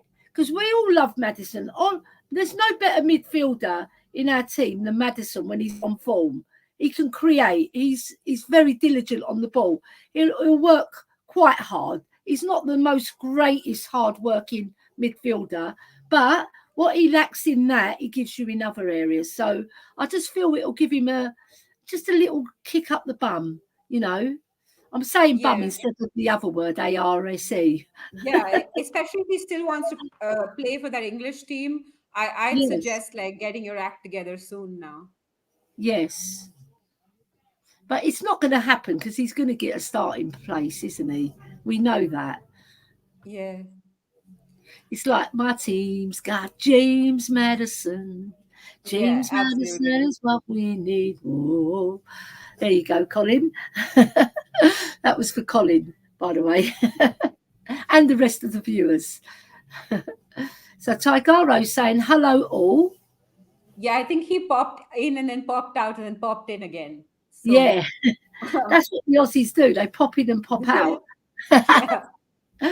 And Adrian saying Ange will probably pick the same team that won easily against Everton. Yeah, I mean, I wouldn't mind that, but I just don't see Johnson playing. Like in that team, the only person I have a problem with is Johnson. If he repeats the Aston Villa performance when he played against Aston Villa away, I love that Johnson. I don't like the Johnson that I see that's lacking confidence and not taking on his man. But he has got it. He's got it in his locker to do the Aston Villa performance. And he played particularly well when we played against Arsenal. He had 2 really great chances to score in the away game. So I just want it for him because he's such a humble lad. And when you see him come to training and you see him in the training videos where he says hello to the lady at the front desk, he's such a charming young man. And I think... But, I feel like Ellie, like it's great to be a good human being, but we don't pay you to be that. We pay you to be a good footballer. I agree with you, but he could have been a sod. Right, he needs to get that. He needs to get that inner warrior inside him to come out, not be the humble pie player. He'll go on the pitch and he won't perform he can perform better than what he's showing because we've seen it when he's come off the bench, but he's just got to do it in the 90 minutes. He can't just come off the bench and be a super sub. If he wants to establish his career at Spurs, he's got to be on it, right? And I don't think he's got it to be on it. I just don't think he's got it. Yeah, absolutely. That's my personal opinion. Yeah, Dan's asking a question saying just don't play 2 left wing backs at the same time will help. Common sense. I know, it's a bit of a shambles. Yeah, Dan's always coming in with the it's not negativity that Dan says. Everybody gets him wrong. Well, a lot of people do. But he's positive because he wants better for Spurs. So if he sees Brennan Johnson is not good enough for Spurs, he'll say it. And I say it. That's not being negative. That's being honest about a player. I always evaluating him. Oh, inverted wing backs. I was wondering what that question was. Yes, I was he's going trying to to confuse the ladies. He thinks we don't know what it is, but we do. Because like the small L and the I look the same. So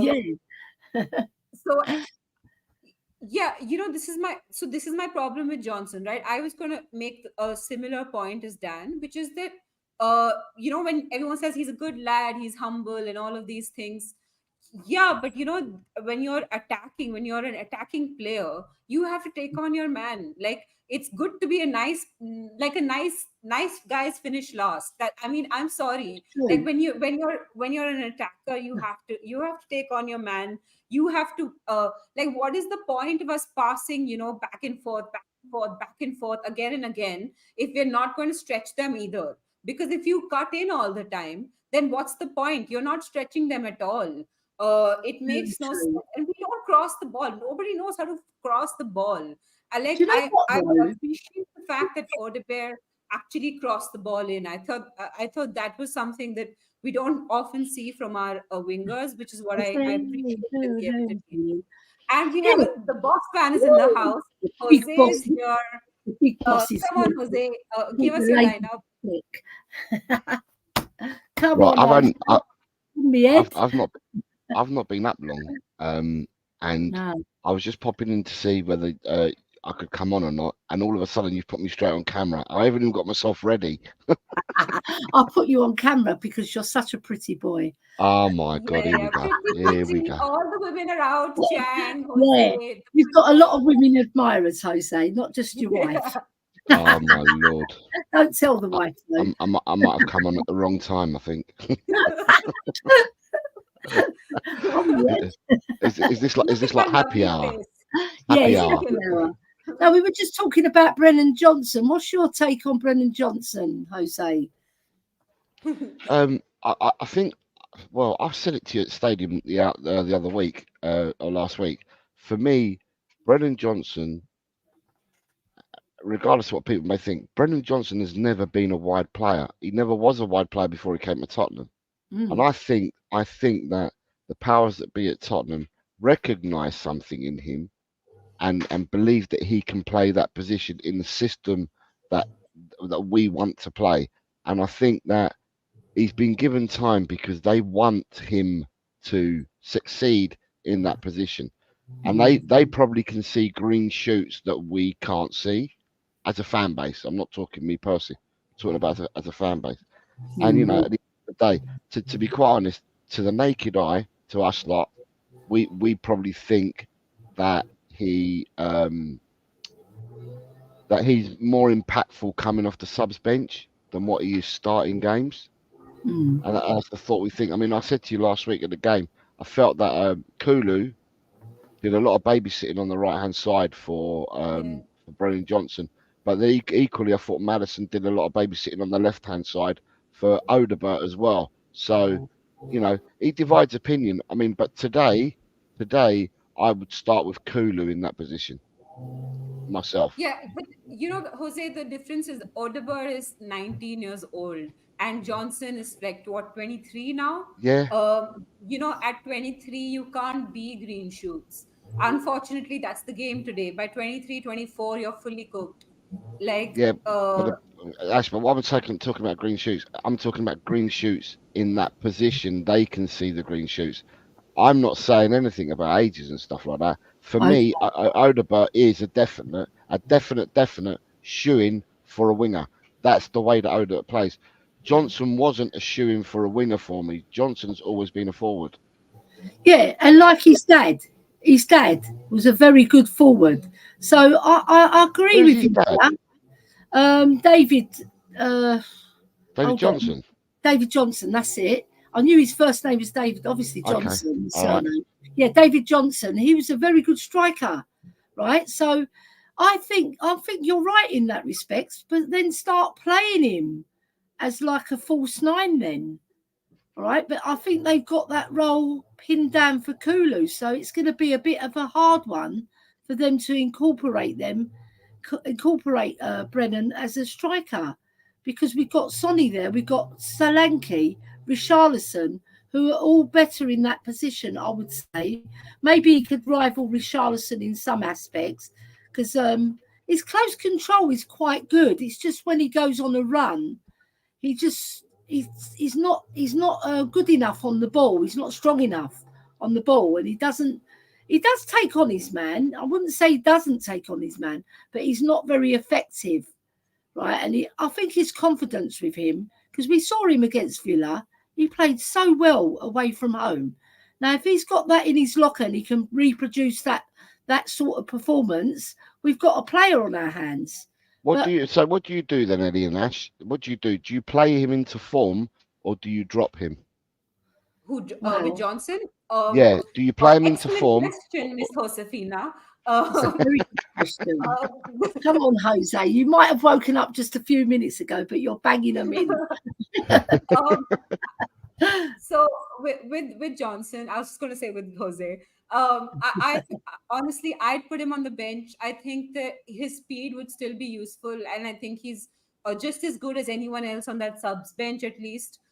Because now we have Richarlison's injured, Solanke is injured, so that subs bench is looking like Werner, Johnson. Those are the options, right? So I would put him on the subs bench and bring him on and play him into form. Because I think in the last 20 minutes or so, if like the speed that he brings to the game could be useful. So if we brought Werner and Johnson in at like 70th minute, then you have a lot of speed that you're bringing on simultaneously. So I think that'd be useful. Oh, that's my dad. Well, come on, Daddy Paddy, come on. Yeah, he's just like, he doesn't speak to me, she doesn't call me, I get to see her on screen. That's it. He just has to tune into Tel Cockerel and find his daughter. He'll send out a missing persons wrote on you. You know, it's like just one comment about Mikey Moore. As soon as he signed, he disappeared. Right? He's not getting a look in, is he? So that's a bit disappointing. Yet alone Brennan Johnson being disappointing. But the thing is though, Ellie, if you're Mikey Moore or you're Will Lancashire, because I think Will Lancashire must be injured at the moment because he hasn't been playing. But if you're Mikey Moore, I think that if you're training with the first team, and you're not going to get that many minutes. When you're going to need Mikey Moore, you're going to need him to be fit. So what they're probably doing is training with the first team, by giving him the minutes at the moment in the under-21s, because he's going to get more minutes in the under-21s. He'll get 90 playing in the under-21s, as opposed to he might get a few minutes here or there in some of the games for Tottenham. So I think it's just to keep his fitness built up, because he's training with the first team, but just to keep his fitness rolling along is what I think they're doing. Also, like the Europa will start, right? So we'll have a different team for that. I want to put a different angle on that. I think he should be given minutes in the first team. And I think he's wasted in the under-21s because he's not playing with real men. And if we want to develop him, because he's a fabulous talent, I saw him against QPR, and I think his movement is far superior to any winger that we've got or any player that we've got. And the way he controls the ball, Jose, it's like the ball is part of his body, right? And that guy, however young he is, like you said the other day, Jose, a lot of teams are buying youngsters, right, all around the globe. I think he deserves to be in our first team. And I know that might be a big statement, but I really think he's got the minerals to succeed, and he needs to play with real men, because he has got a body of a real man. Have you seen him? He's so well developed as a young man already. You know, his upper body.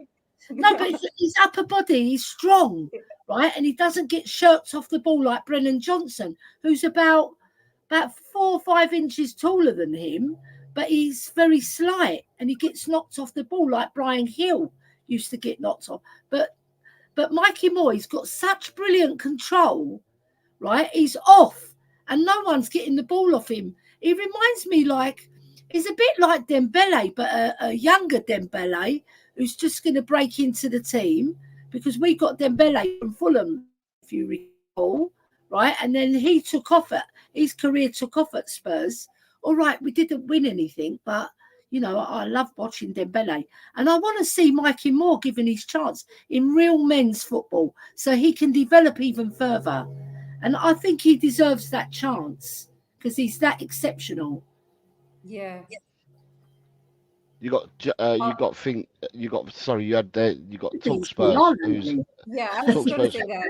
Do you know? So Talkspurs is Jamie. So good morning, Jamie. Go on, Talkspurs. AFC Bournemouth Fan TV. Good morning to you. Well, excellent result for you yesterday against Everton away. 3 goals in the last 7 minutes. So well done to you, Bournemouth, yesterday. Fantastic. A great result for you guys away from home. Yeah, they played. Everton wipes the floor with them, right? And then the last 7 minutes, Bournemouth decided to turn up and scored those 3 fabulous goals. And, you know, football's a cruel game sometimes. It'd be interesting to see from how, if you're still here, Bournemouth Fan TV, how has Evan Nilsson looked? I know that he's only started a couple of games. How has he looked playing for you guys? You got Danny saying that he'd drop him. Johnson. Drop Johnson. Yeah.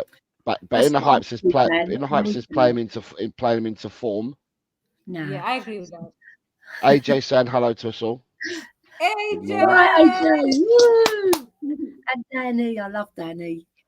I'm just going to catch up the chat for you guys because you guys like talking. We do. Forget the chat. It's like in our defense, we also had Chang on. So yeah. We love to talk. Jamie's saying that he would drop him today. Odegaard is on the right wing for him. Dan says, but again, Ange has got the knowledge to drop.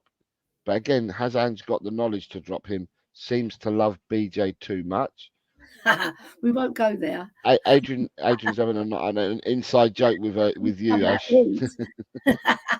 I think Dan's been a bit saucy there by putting it in that context. Jamie says if Lancashire was fit today, he'd have him up front. More would probably be on the bench today. This is for you, Ash. Yeah, we're going to ignore my dad. He's a Chelsea fan. We don't care about them. Okay, fair enough. Oh, no. How can you support Chelsea? Come on. I have no clue. I don't understand it. And he's been doing this for years now. It's just annoying. We move on. I reckon you should ditch your dad. He's a and I've just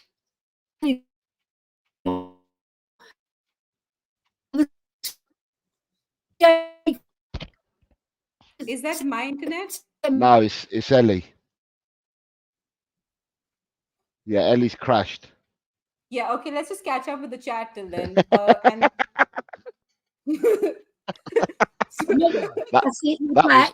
was harsh. That was harsh, Ash. Oh my God. Go on, Ash. Spurs Dad saying Mikey Moore can play multiple positions. Yeah, I agree with that. And then Dan saying, so why does Ange not play him? You know, the youth system Ange wanted. Yes. Yeah, this is what I mean. Like Ange is saying, I was backed. I wanted youth players, and then don't play our youth players. At least put them on the bench. And then Adrian saying Spurs under 18s drew 2-2 with Brighton yesterday. That's 2 wins and a draw from their first 3 games. That's amazing. I think what people need to understand about that, and what Adrian is saying, what people need to understand is that the under 18s and the under 21s have been ripped up. So most of the under 21s from last season have now left. Either 3 of them have left the club, and the others have all been loaned out. The majority of them, right? Yeah. And a lot of the under 18s have now come into the under 21s. So you've now created a new under 21 team for this season, and you're creating a new under 18 team for this season. So people will call it progression. So. Angus is saying, morning, Josephina. What were your thoughts on the Rice red card yesterday? Because I thought it was the dumbest decision in a long time. Instead of me answering that, because it's the ladies' takeover show, I'll let the ladies answer that first, because it's their show. Didn't we? We covered it. Yeah, we talked about it earlier. Okay, so for me, go on, saying you basically what? I'll be interested to know what you said. My basic premise is, I mean, if it was my team player, I'd be yelling at the screen, that's not a red card, go, get out of there, like screaming at the ref. But since it's Arsenal, I'm very happy about it. I'm glad he's not playing in the North London derby. So it could not have happened to worse people. So I'm just happy that it happened to them and not us. And what I could give a shit what the rules are. Yeah, very true, man. Honestly. What about you, Jose? So for me, Rice knew what he was doing, flicking the ball away. He knew what he was doing, and he stood in front of the player, and he knew what he was doing. Yeah, again, do you know what? I can't agree with Ash more. If it's a player from your own side, you would be livid to receive that red card. You'd be livid. However, if you're a player from the opposing side, if you're not invested in the player, because he's not your own player, you can see exactly what he was doing, and he deserved a card. But if he's a player from your own team and you're invested in it, then you're going to think it was absolutely harsh to be sent off for that decision. Yeah. Dan's asking, do you 3 think this is a massive game to show if Ange has the ability to learn and has adapted, or will it just show he isn't up to it? We'll have to wait and see. We haven't got a crystal ball. We'll have to wait and see till the game finishes, and then when the game finishes, people can make their assumptions after the game. At the end of the day, you've got to play out the game first. The one thing that you want to see from Tottenham today is an improvement on the last 2 seasons away. I think we got smashed there. I don't know. We were so far down after 23 minutes 2 years ago. It was embarrassing. I know. I remember it well. Yeah, and then last year we got tonked 4-0 up there. So 10-1 is the aggregate. Yeah, so basically, we tonked them at home. I'm aware of that. I mean, but Dan, I can't give you an opinion. It is a massive game. Every game this season is going to be a massive game. If you want the opinion, every game is going to be a massive game. But you're only going to be able to judge what your thoughts are after the game, because pre-game we can't judge because we don't know what's happened in the game yet. I'm just hoping that we go up there, and it is my hope that we go up there and that we put in a better performance than what we have done for the last 2 seasons. Look, I'm like any fan and any supporter. I would like 3 points today. Screw them draws. Yes. Yeah, I'd like 3 points there, but we'll have to wait and see. Screw the draw. We want to win. 3 points, please, Spurs. Come on. Bring it home. Honestly, I have I feel like either way, whether we win or whether we lose, I mean, I'm hoping it's a win. But either way, I don't really think this game in particular will tell us all that much. Because we just have a really bad record going there anyway. So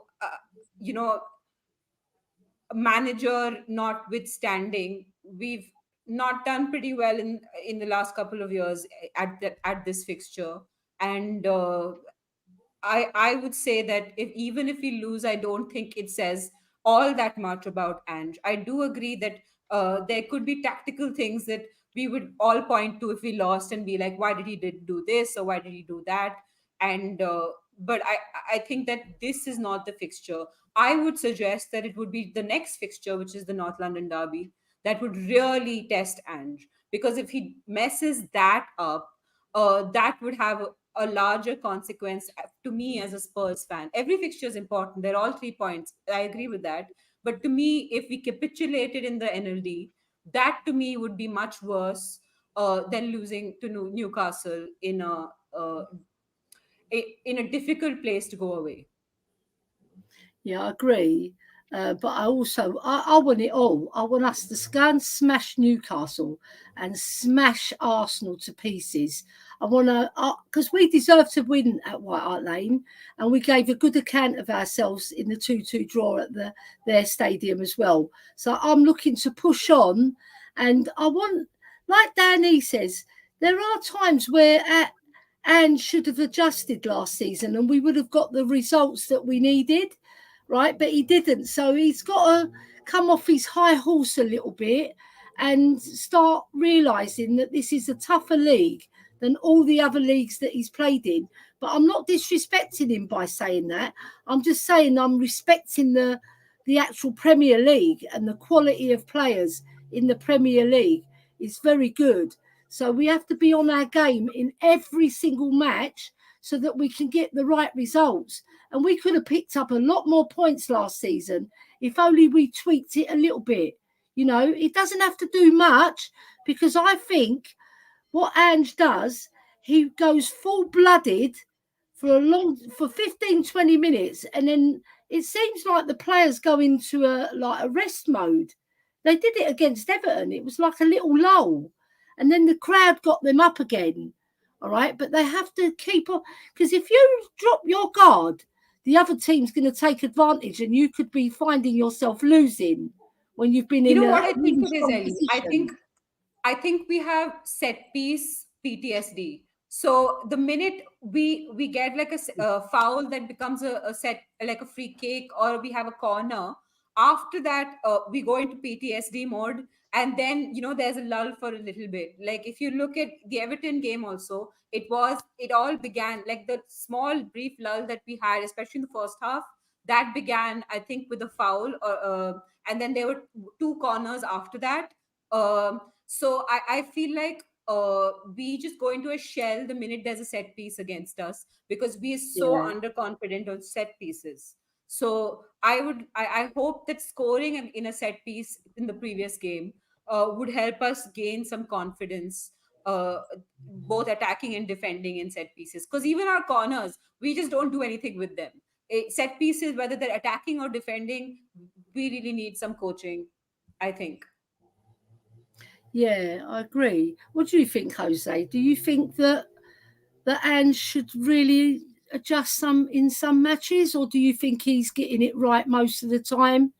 What's your take on it? The first 2 games of this season, we've probably looked better than what we did for the first 2 games last season. Last season we drew with Brentford 2-2 away, and then we beat Man United 2-0.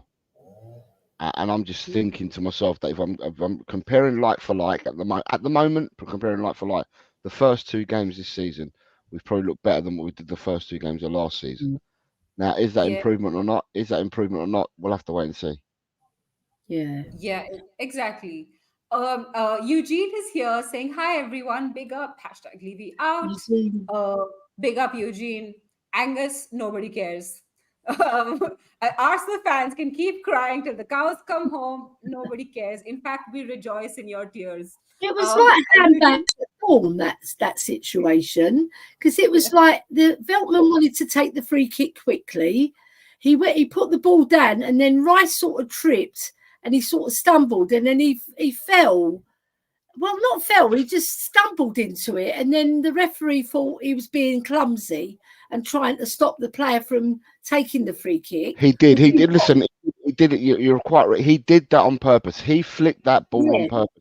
Had he not flicked that ball and the player played the free kick, he would not have touched Rice, but Rice would have received a yellow for blocking it for an infringement and not allowing the player to go. So either way you look at it, whether it's harsh, whether it looks harsh or not from the outside, looking in, and because he's your own player, it looks really harsh. But by the letter of the law, either way, he would have received the yellow card. Yeah. Thanks, Eugene. It's nice to hear from you as well. And then Dan saying opinion can be given, though I feel like we did kind of cover that a little bit. Then Eugene's also saying St. James Park PTSD. Yeah, absolutely. All of us are sitting on our tenterhooks. But like I say, like you can't get any worse than 10-1 aggregate. So there's nowhere to go but up. Talk Spurs is saying lots of reports circulating that Van der Ven out hip injury. Oh no, I hope that's not true. It's there, it's on the screen, look at it. Oh dear. Oh no. That means Dragushin's going to play. So it's not that. Do you know what? Dragushin is a very competent defender. I'm not. Yeah, but it's still a big loss, Ellie. I think speed-wise. Speed-wise, yes, but Dragushin's no slouch, right? And he's a very good reader of the game, which a lot of defending is in the head, right? If you're ahead of the game, like there's a lot of defenders that weren't quick, like Toby Alderweireld wasn't particularly quick, but he had it up in the air. Yeah, and I think Dragushin reminds me of Toby because he brings the ball out well, and he's got a really good pass on him. So I'm disappointed if that is true, right? But I think Dragushin can fill his boots in a different way. Yeah, I also feel like we need to protect the Van der Ven a little bit because he seems to be getting, he seems to be piling up those injuries. He's quite young, so we should work on protecting him a little bit. And then just Harmless Potato saying, what was Rice doing? Like a tactical foul in midfield. He tries to delay the free kick and then throws himself to the ground as if lightning struck him. Shame on you. Yeah, I think so too. I think he knew what he was doing. That's a true Spurs fan talking now. And then Angus, nobody cares. Angus is saying João Pedro wasn't given a yellow in the first half, then because he did the exact same thing. You've come to the wrong stream, Angus. Yeah, Angus is like, but given the context, João Pedro didn't do what Rice did. It's two different things. He didn't do what Rice did, and therefore you've got to look at, if you're going to compare them, compare what he did and then compare what Rice did. What Rice did is not what João Pedro did. Yeah, and then Eugene saying, Brenda. Do you guys know that did you know about Alejo Veliz scoring yesterday for Espanyol? I saw it, I saw it. Okay, have a look at this chat then, right? I'm going to share this. Have a look. No, not the goal, not the goal. We're not allowed to show it, are we? Yeah, you can show it, but I'm not going to show the goal. I always think YouTube don't let you show live stuff. Right, I'm not there. Look, this is Alejo Veliz after he scored his goal, yesterday, and he's been interviewed at the end of the game. Is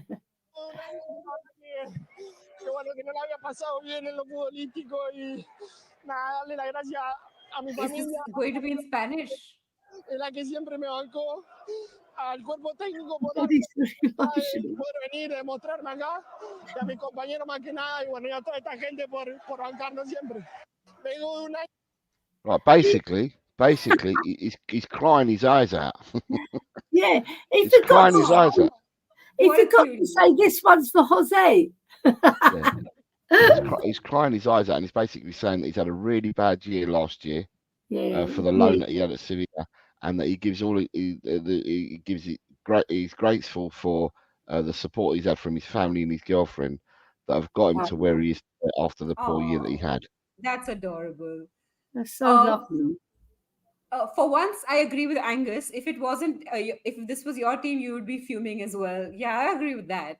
And then Eugene saying Adrian Diwali is not so soon, is it? Oh, Diwali. Diwali is the festival of lights. There's a little bit of time for it.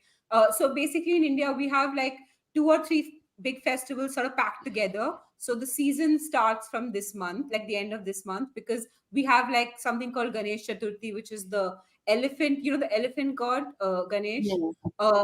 His festival, and then there's Dashera, and then there's Diwali, and so the 3 fall one after the other. What's the one where they go to the temple and they paint themselves and they throw paint at each other? They throw colourful. That's Holi. It's not a temple thing. It's a harvest festival. So it's basically a spring festival. So when spring happens and all the crops are harvested, we have this giant party called Holi, in which we drink this milk with with special things in it. And then sounds interesting, don't it? Yeah, I want that special milk. Send some over. Give some to the Spurs players as well. A lot of foreigners come to celebrate Holi in India, because we have these giant pool parties and like water, everyone's playing with like water and throwing colors on each other. It's a lot of fun if you ever come to India during Holi. As you mentioned that, right, my cat Iggy, who's sitting on my bed, she twitched her leg as you said that thing about you. She went. She's thinking, I'll have some of that milk. And then I was saying, make sure you like, subscribe, absolutely, all those great things, and send the link to your lovers, your friends, your haters, and your neighbors, everybody you know. Come on. Yes. And then Doc was saying, follow Keith said VDV didn't travel. Oh no. Oh, right, he didn't travel.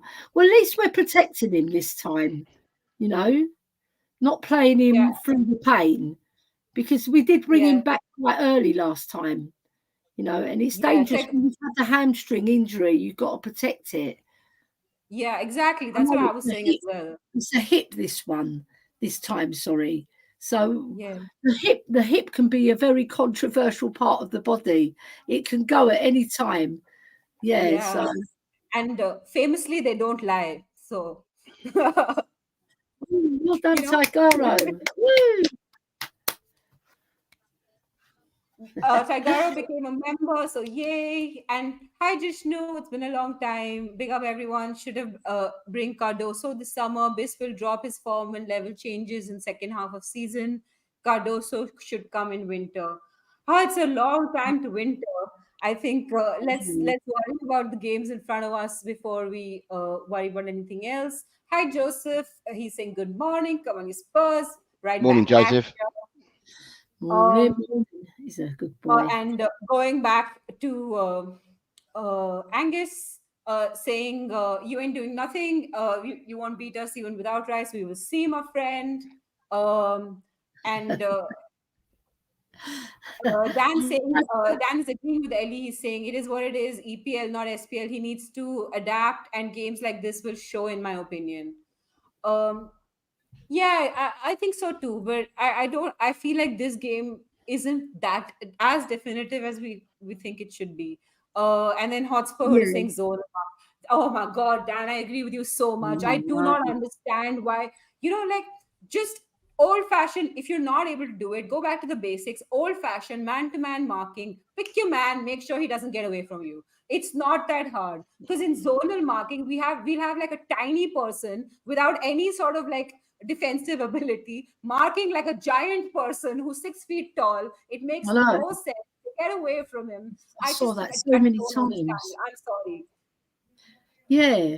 Like, I thought there was going to be protection for the goalies, but I was watching that Arsenal-Brighton game and there was some skullduggery going on with the goalkeeper, and Ben White was trying to push off João Pedro, and they got into a big fight.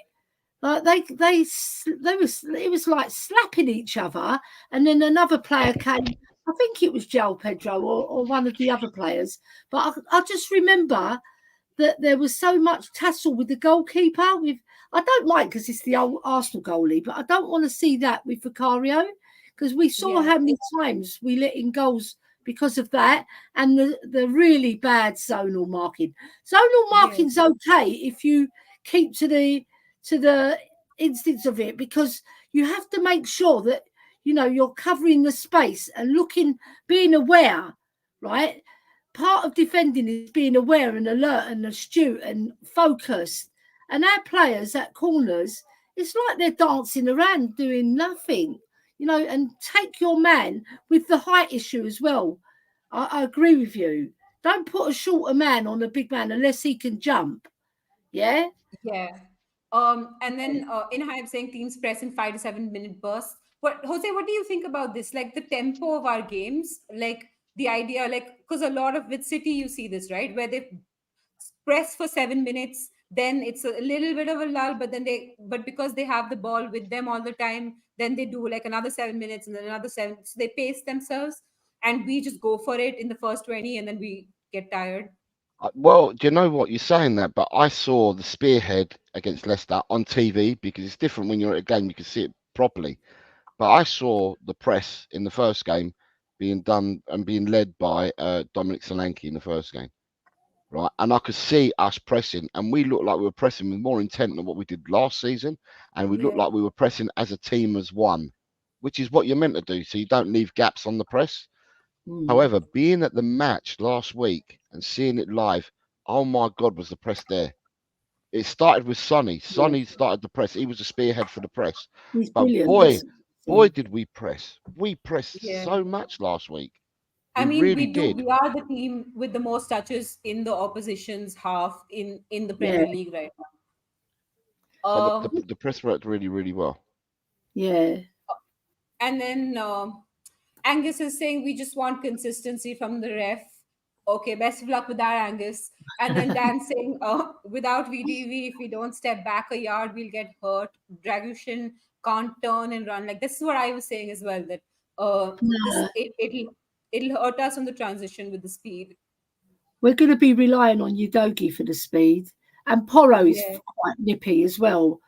Yeah, so Romero's no slouch though, and nor is Dragushin. He's not slow. He's just not as quick. Nobody's as quick as VDV, right? But if we play disciplined, why can't we get the result? We can. Just stay disciplined, do lots of pressing, be in the game, and make sure that we don't let our guard down. And when they do penetrate our attack and midfield and they've got through, we stay focused and get into position with our discipline, because a lot of defending is discipline. You've got to stay disciplined, because we play the inverted wing backs. They've got to go back to form and get into position. And a lot of the time last year we were relying on VDV because the wing backs weren't in position and they weren't busting their gut to get back.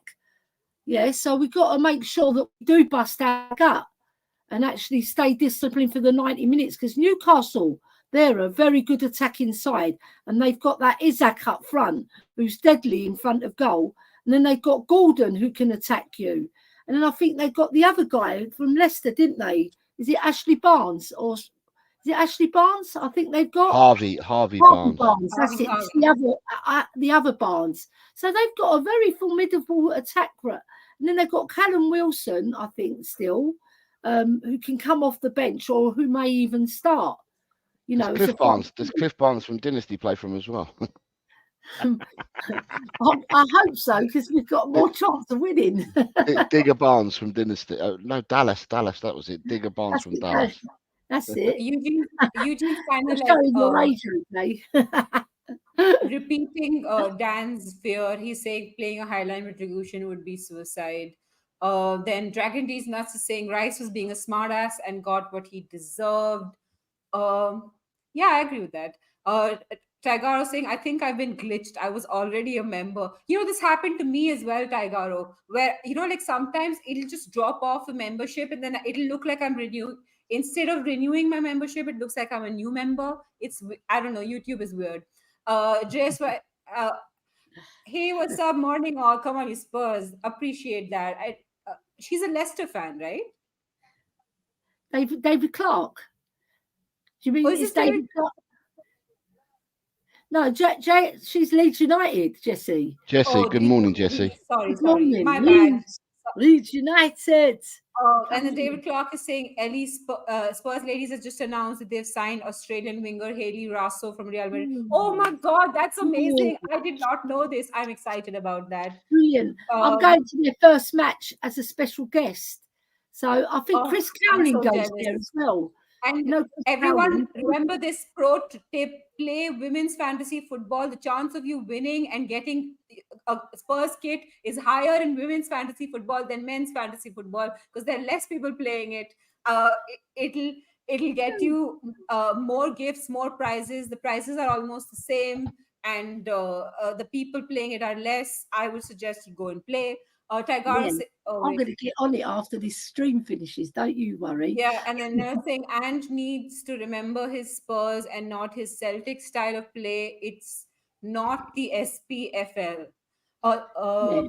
That's what we all say. You have to be stronger in this league.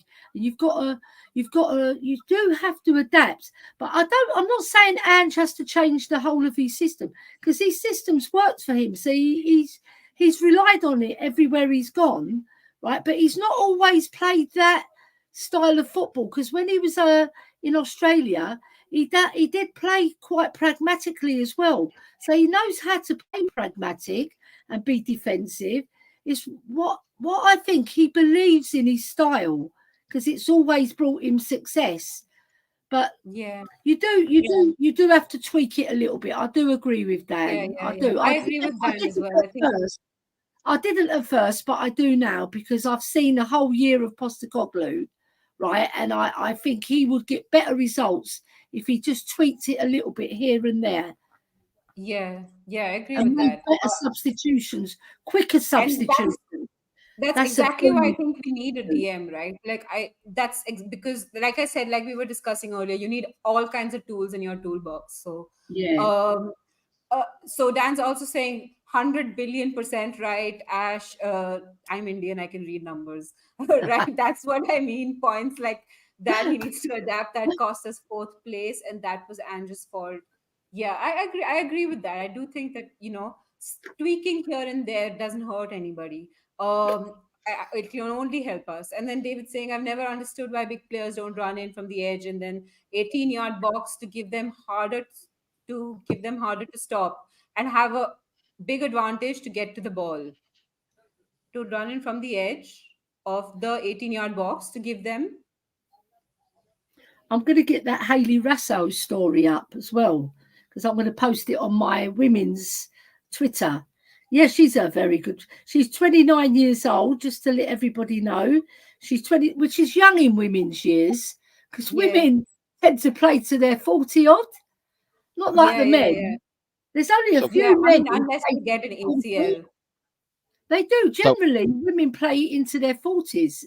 So what David Clark's saying here, Ash, is that he doesn't understand why 6-foot-plus players don't start their runs from the edge of the box to attack, which then makes it harder for the defenders to stop them. I think that's what he's referring to there.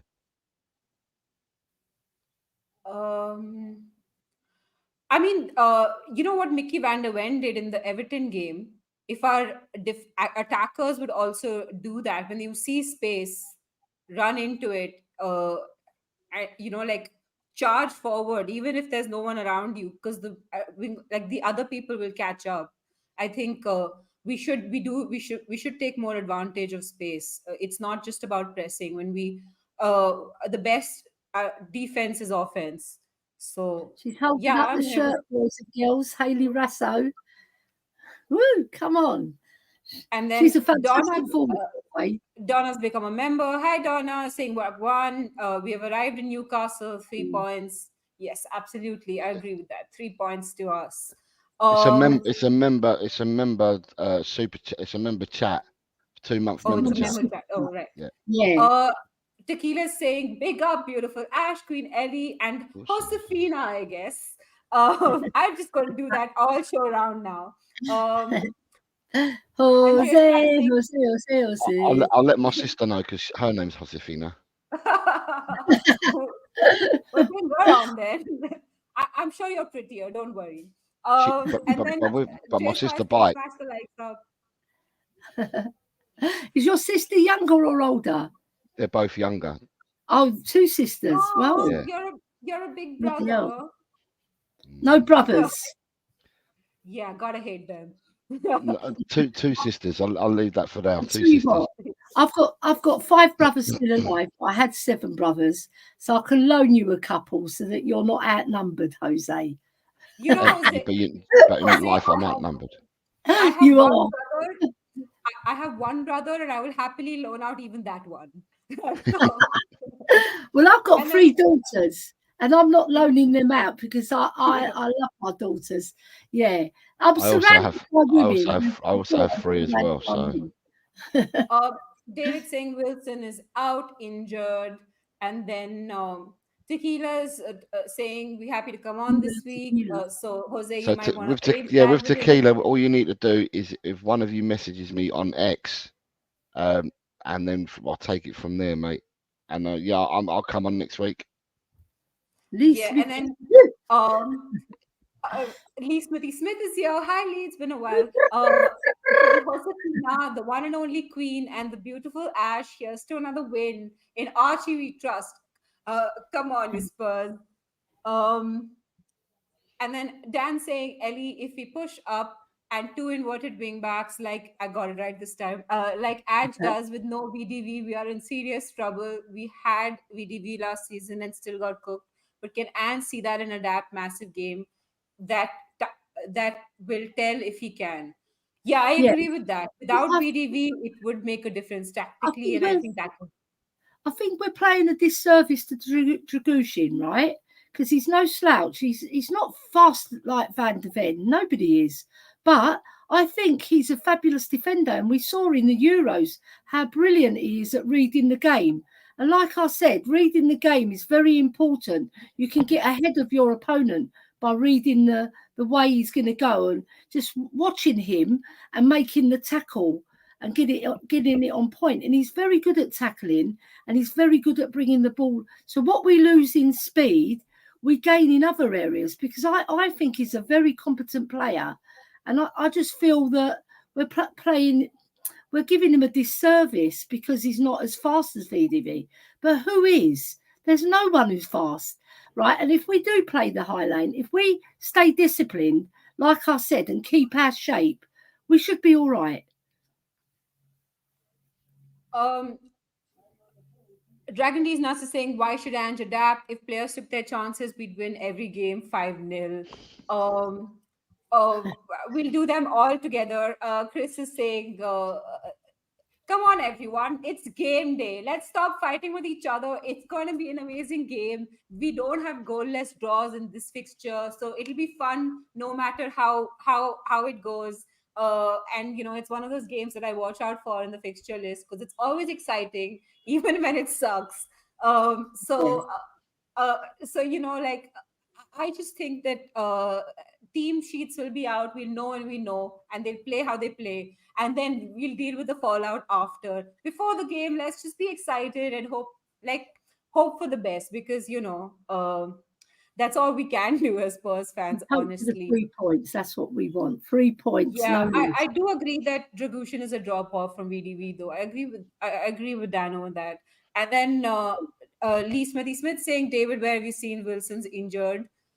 Yeah, I haven't seen it either, but possibly it's true. And C to the 4th saying this team is getting cooked. How do all these players get injured, for God's sake? It must be in training. It must be, because on the pitch they had a game for the Carabao Cup as well, so maybe he played that. I don't know. But anyway, everyone. Callum Wilson, not Wilson Odobert. Callum Wilson got injured. Is that right? Is that who they're talking about? Callum Wilson's been out all season so far. Yeah. Well, I thought they were talking about Wilson Odobert. Okay, which Wilson are you talking about? Everyone, clear it up in the chat, please. We need to know.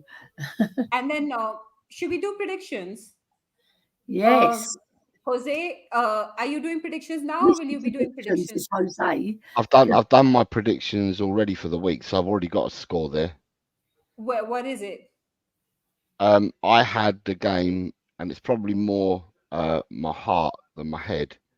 And I put down 0-2 because the reason I said on the show on Friday was because the momentum that we built from last week. 0-2, we're away, so 0-2. 0-2. And I said that, but this is prior to knowing all the knowledge that I know now, because when you do your predictions, you don't know who's going to be in the team and who isn't. Yeah. So true. yeah, at the end of the day, I can never ever not want my teams to win a game. So I'll never ever predict the loss. Yeah, that's true. Me, it's different, as my mum used to say. No, I think we're going to win. I do really think we're going to win. And I think we're going to win 2-1. I've put that in my predictions on Jose's predictor score. I got them in this time, Jose, and I was really happy to join your stream anyway.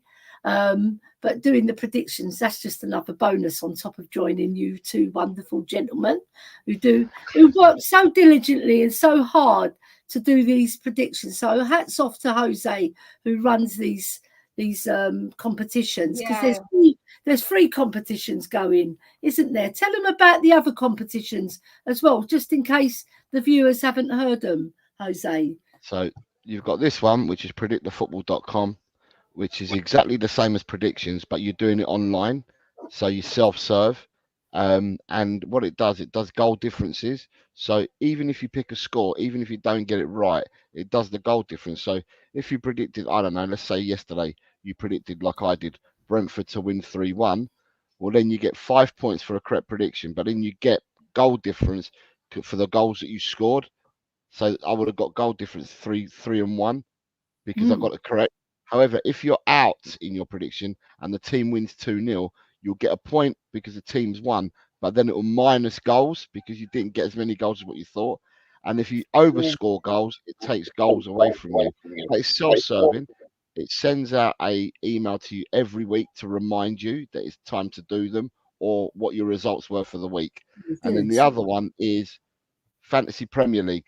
So if you're already doing Fantasy Premier League and you've already got a team in other leagues, all you need to then do is enter this league code and you can enter into the Tel Cockerel League.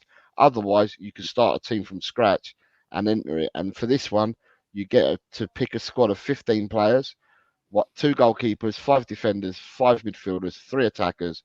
You can't spend more than £100 million on them, and you can only have the maximum of 3 players from each team. And then you select your lineup for the week, and you get points for assists, clean sheets, goals scored. You get minus points for yellow cards, red cards, so on and so forth. And you get bonuses for men of the match. And obviously, we've got the predictions league that we do on a Friday as well. Yeah. And so all this information. All this information can be found on the Tel Cockerel community page. Yes, everyone go to the community page. Make sure that you sign up for all these things. It's a great way to sort of keep with the community and follow along and compete with each other, so you have bragging rights. And speaking of bragging rights, everyone, you got to support the team so that Lee has bragging rights against his daughter's mom, who's a Geordie. So we better win. Yes. Come on. Come on, you Spurs. And what I've done is I've put the link in the chat now as well for both of them competitions. Sorry, carry on. Yeah, nice one. Everyone, these are the links. Make sure you go check them out. It's still early in the season. Everyone can still participate. It'll be great. Lots of fun. If you can copy and paste it, then just copy and paste them to your of either your phone or your laptop, whatever you're going to do, or just watch the show back if you missed it, right? Because it's always good to enter competitions full stop, and Jose's brilliant at running them, and it's going to be top notch when it comes to prizes and shit like that. Or sorry, I said shit. Sorry, it sort of sleeked out there. It's okay. I said it as well, Ellie. I think we have crossing. Yeah, we were trying to be ladylike, but sometimes Yeah. Yeah, everyone, come on. Let's stop. It's before the game is not when we fight. We fight after the game. Chat. Yes. Remember that. Yeah. I'm all for a nice like knuckle dragging fight after the game where we're slanging, like curses at each other, but we do that after, not before. Anyway, my prediction for the game, I think it's going to be 2-3 Spurs, and as I don't want Nice. any draws. I think it's going to be one of those high scoring matches. We're all going to be stuck like glued to the screen. It's going to be Yeah. lots of fun, very exciting. Three, And two, come on, Spurs. Come on. Yeah. Jose, what are the shows coming up after this? The only one that I've got lined up at the moment for this week, because it's international break, is I've got tomorrow's results show for all the competitions that we do. I've got that at 4:00. But bearing in mind that people must understand that where two of the competitions take a break because there's no Premier League games next week, the predictions that I do on a Friday will still be on next week, because as per last season, when we've got an international break, we do a bonus week, so we pick games from other leagues. So it gives people a chance to carry on doing it. It keeps people, interested in the competition. So we'll be doing a show again on Friday. Other than that, I'll probably be appearing on a few shows this week. I might go and visit a few shows if I'm invited. So Spurs diehards, definitely. Yeah. TTID. Yes. Right. So I'm on tonight at 8:00 with it would have been Ian Meth doing it, but it's us doing it now because Ian Meth's gone on holiday somewhere. I saw him in first class on the. He's in Canada. He's in Canada. He was meeting up with Brian yesterday, apparently. That's it, to Toronto, yeah. So that'd be cool. Him and Brian, do you imagine that? Yeah. One's Levy in, one's sort of Levy in, but sort of Levy skeptic as well. But then there's a definite staunch Levy outer, who's the most vigorous Levy outer I've ever seen in my whole entire life. And I've seen quite a few, just to put it that way. And I wish him all the best over in Toronto. I hope you have a fantastic time if you're tuning in, Ian. And we will gladly welcome you back when you're back. But tonight it's at 8:00. We're going live. So we're going to obviously do a post-match Newcastle with Adrian. Hopefully, I'm going to put in to host that show as well, because we can't let Adrian do everything. He has to have a little bit of a rest. Plus, he likes to get a coffee break in, which you can't do when you're a host usually. All right. So, yeah. And other than that, I'll go on anybody's show who invites me. If they send me the link, I'll be there, willing to talk Tottenham. And I wish everybody good luck when they're watching the match this afternoon. And hopefully we'll all have smiles on our faces come whatever time it finishes. I think it kicks off at 1:30, doesn't it? Yes. So yeah. Come on, everyone, go grab it. I've got my lucky hat on, so we're gonna win. Steve Perriman, he signed this for me. The great Steve Perriman. Yeah. So I think it's going to be an amazing game, and make sure that I won't be here until next Sunday because, well, I don't have the internet to do more than one show a week. So I will see you here again next week at what is it I don't know what it is in English time, but 2 hours after the current time for this show. Yeah, it'll be 11:00 in the morning BST next Sunday. We're back to 11:00 in the morning. The thing is, though, Ellie, you're going to the Arsenal game, aren't you? Yes, I am. Okay, I'll talk to you back at the back end about the following week's show then, because obviously there's going to be a certain kickoff time as well if you guys are doing the show that Sunday. This time I'll get you a double burger because you finished that single burger too quick. I'm telling you, Ash, right? I bought Jose a burger, right? And before I knew it, it'd gone. It was like the salad. I'm second bite. I'm a really slow eater. Like, it takes me forever to finish. Like, even a small thing, like it's a burger, it takes me like half an hour to get through all of it.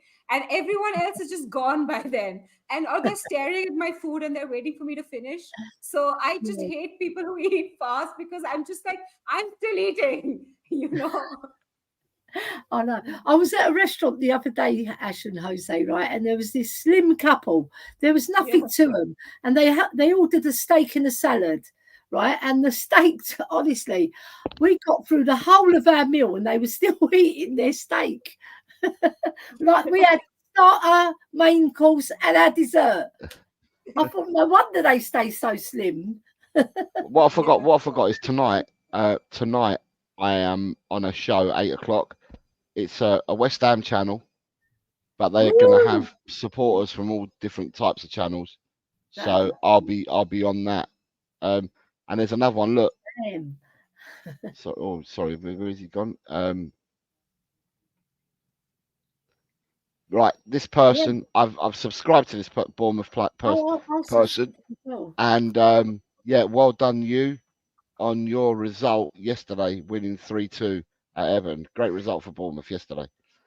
And Smithy says, Jose, you better be coming to the Arsenal game. I'm working on it, Smithy. I'm working on it.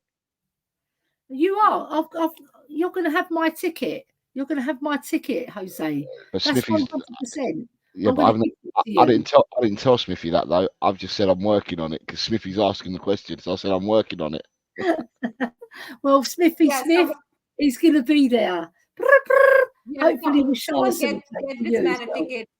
Because we want to see all of us there at the stadium as much as possible. You know what? It was a pleasure.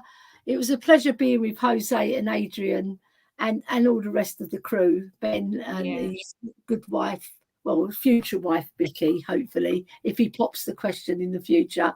And it was just lovely spending time with Kate and Jimbo as well, and Nick. And it was so good. It's like and Phil P. Phil P. As well. Phil P. I was with him for the whole of the match, and he's such a great Spurs fan. He's full of joy before the match, during the match, and after the match. He's the soul of the life of the party. But Jose as well. What a gentleman! Love him. Yeah. Speaking, I reckon Jose probably lots of fun to watch a game with. I feel like that's a good bunch to go watch a game with. I will come to if Spurs ever go to a final somewhere. I think I will grab the next flight in, because I'm gonna be there. Like I will make sure. We want to be making some finals this year. Then, look, if we make a final, Ash, I'll pay for your airfare. There's a thing, right? I will pay for your airfare. Thank you, Ellie. That's very generous. I'll pay for it because I want to get you over here as well. Yeah, I have a visa as well. I just need to grab a flight. So, anyway, everyone, that burger that Tequila was talking about, grab that, grab a drink, watch the game. It'll be lots of fun. Hope we win. Come on, you Spurs. Smash the like button on your way out to support the stream, please. Thank you. Stream, please. Come on. Lovely. Yeah. Jose, I am. Really I'll do it. Thank you, everyone. Jose's going to see us out. Come on, you Spurs. On the air. Come on, you Spurs. In the big hands we trust. Thank you, everyone. Yay.